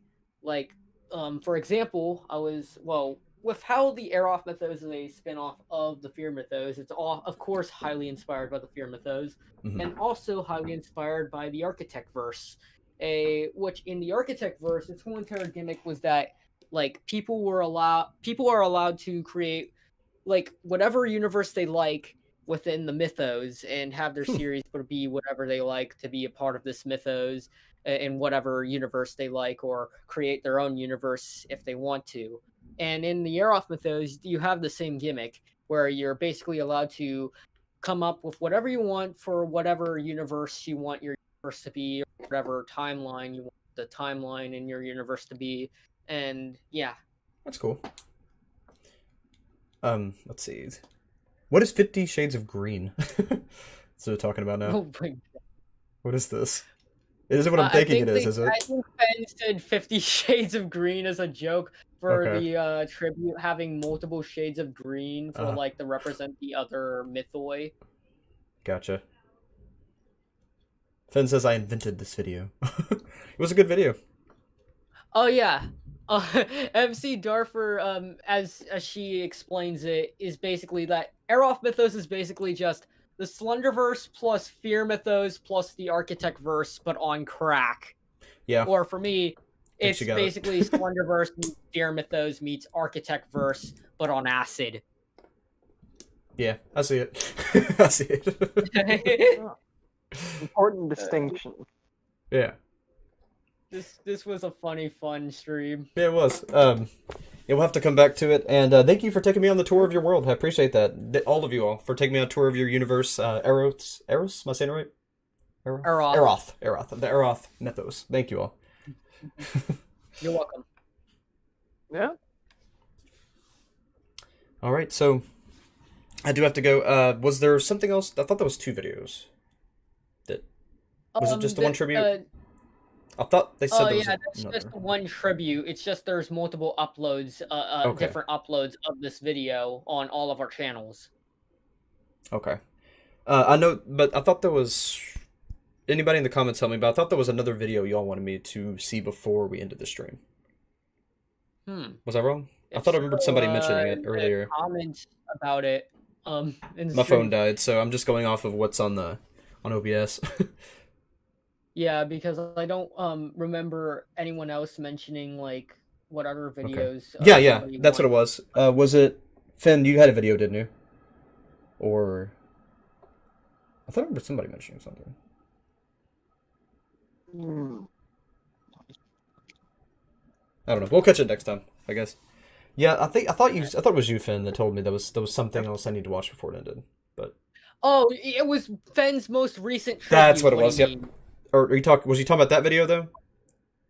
No. He was talking about his most recent video. Okay. All right, you don't need to watch it though. I mean, we can if you want.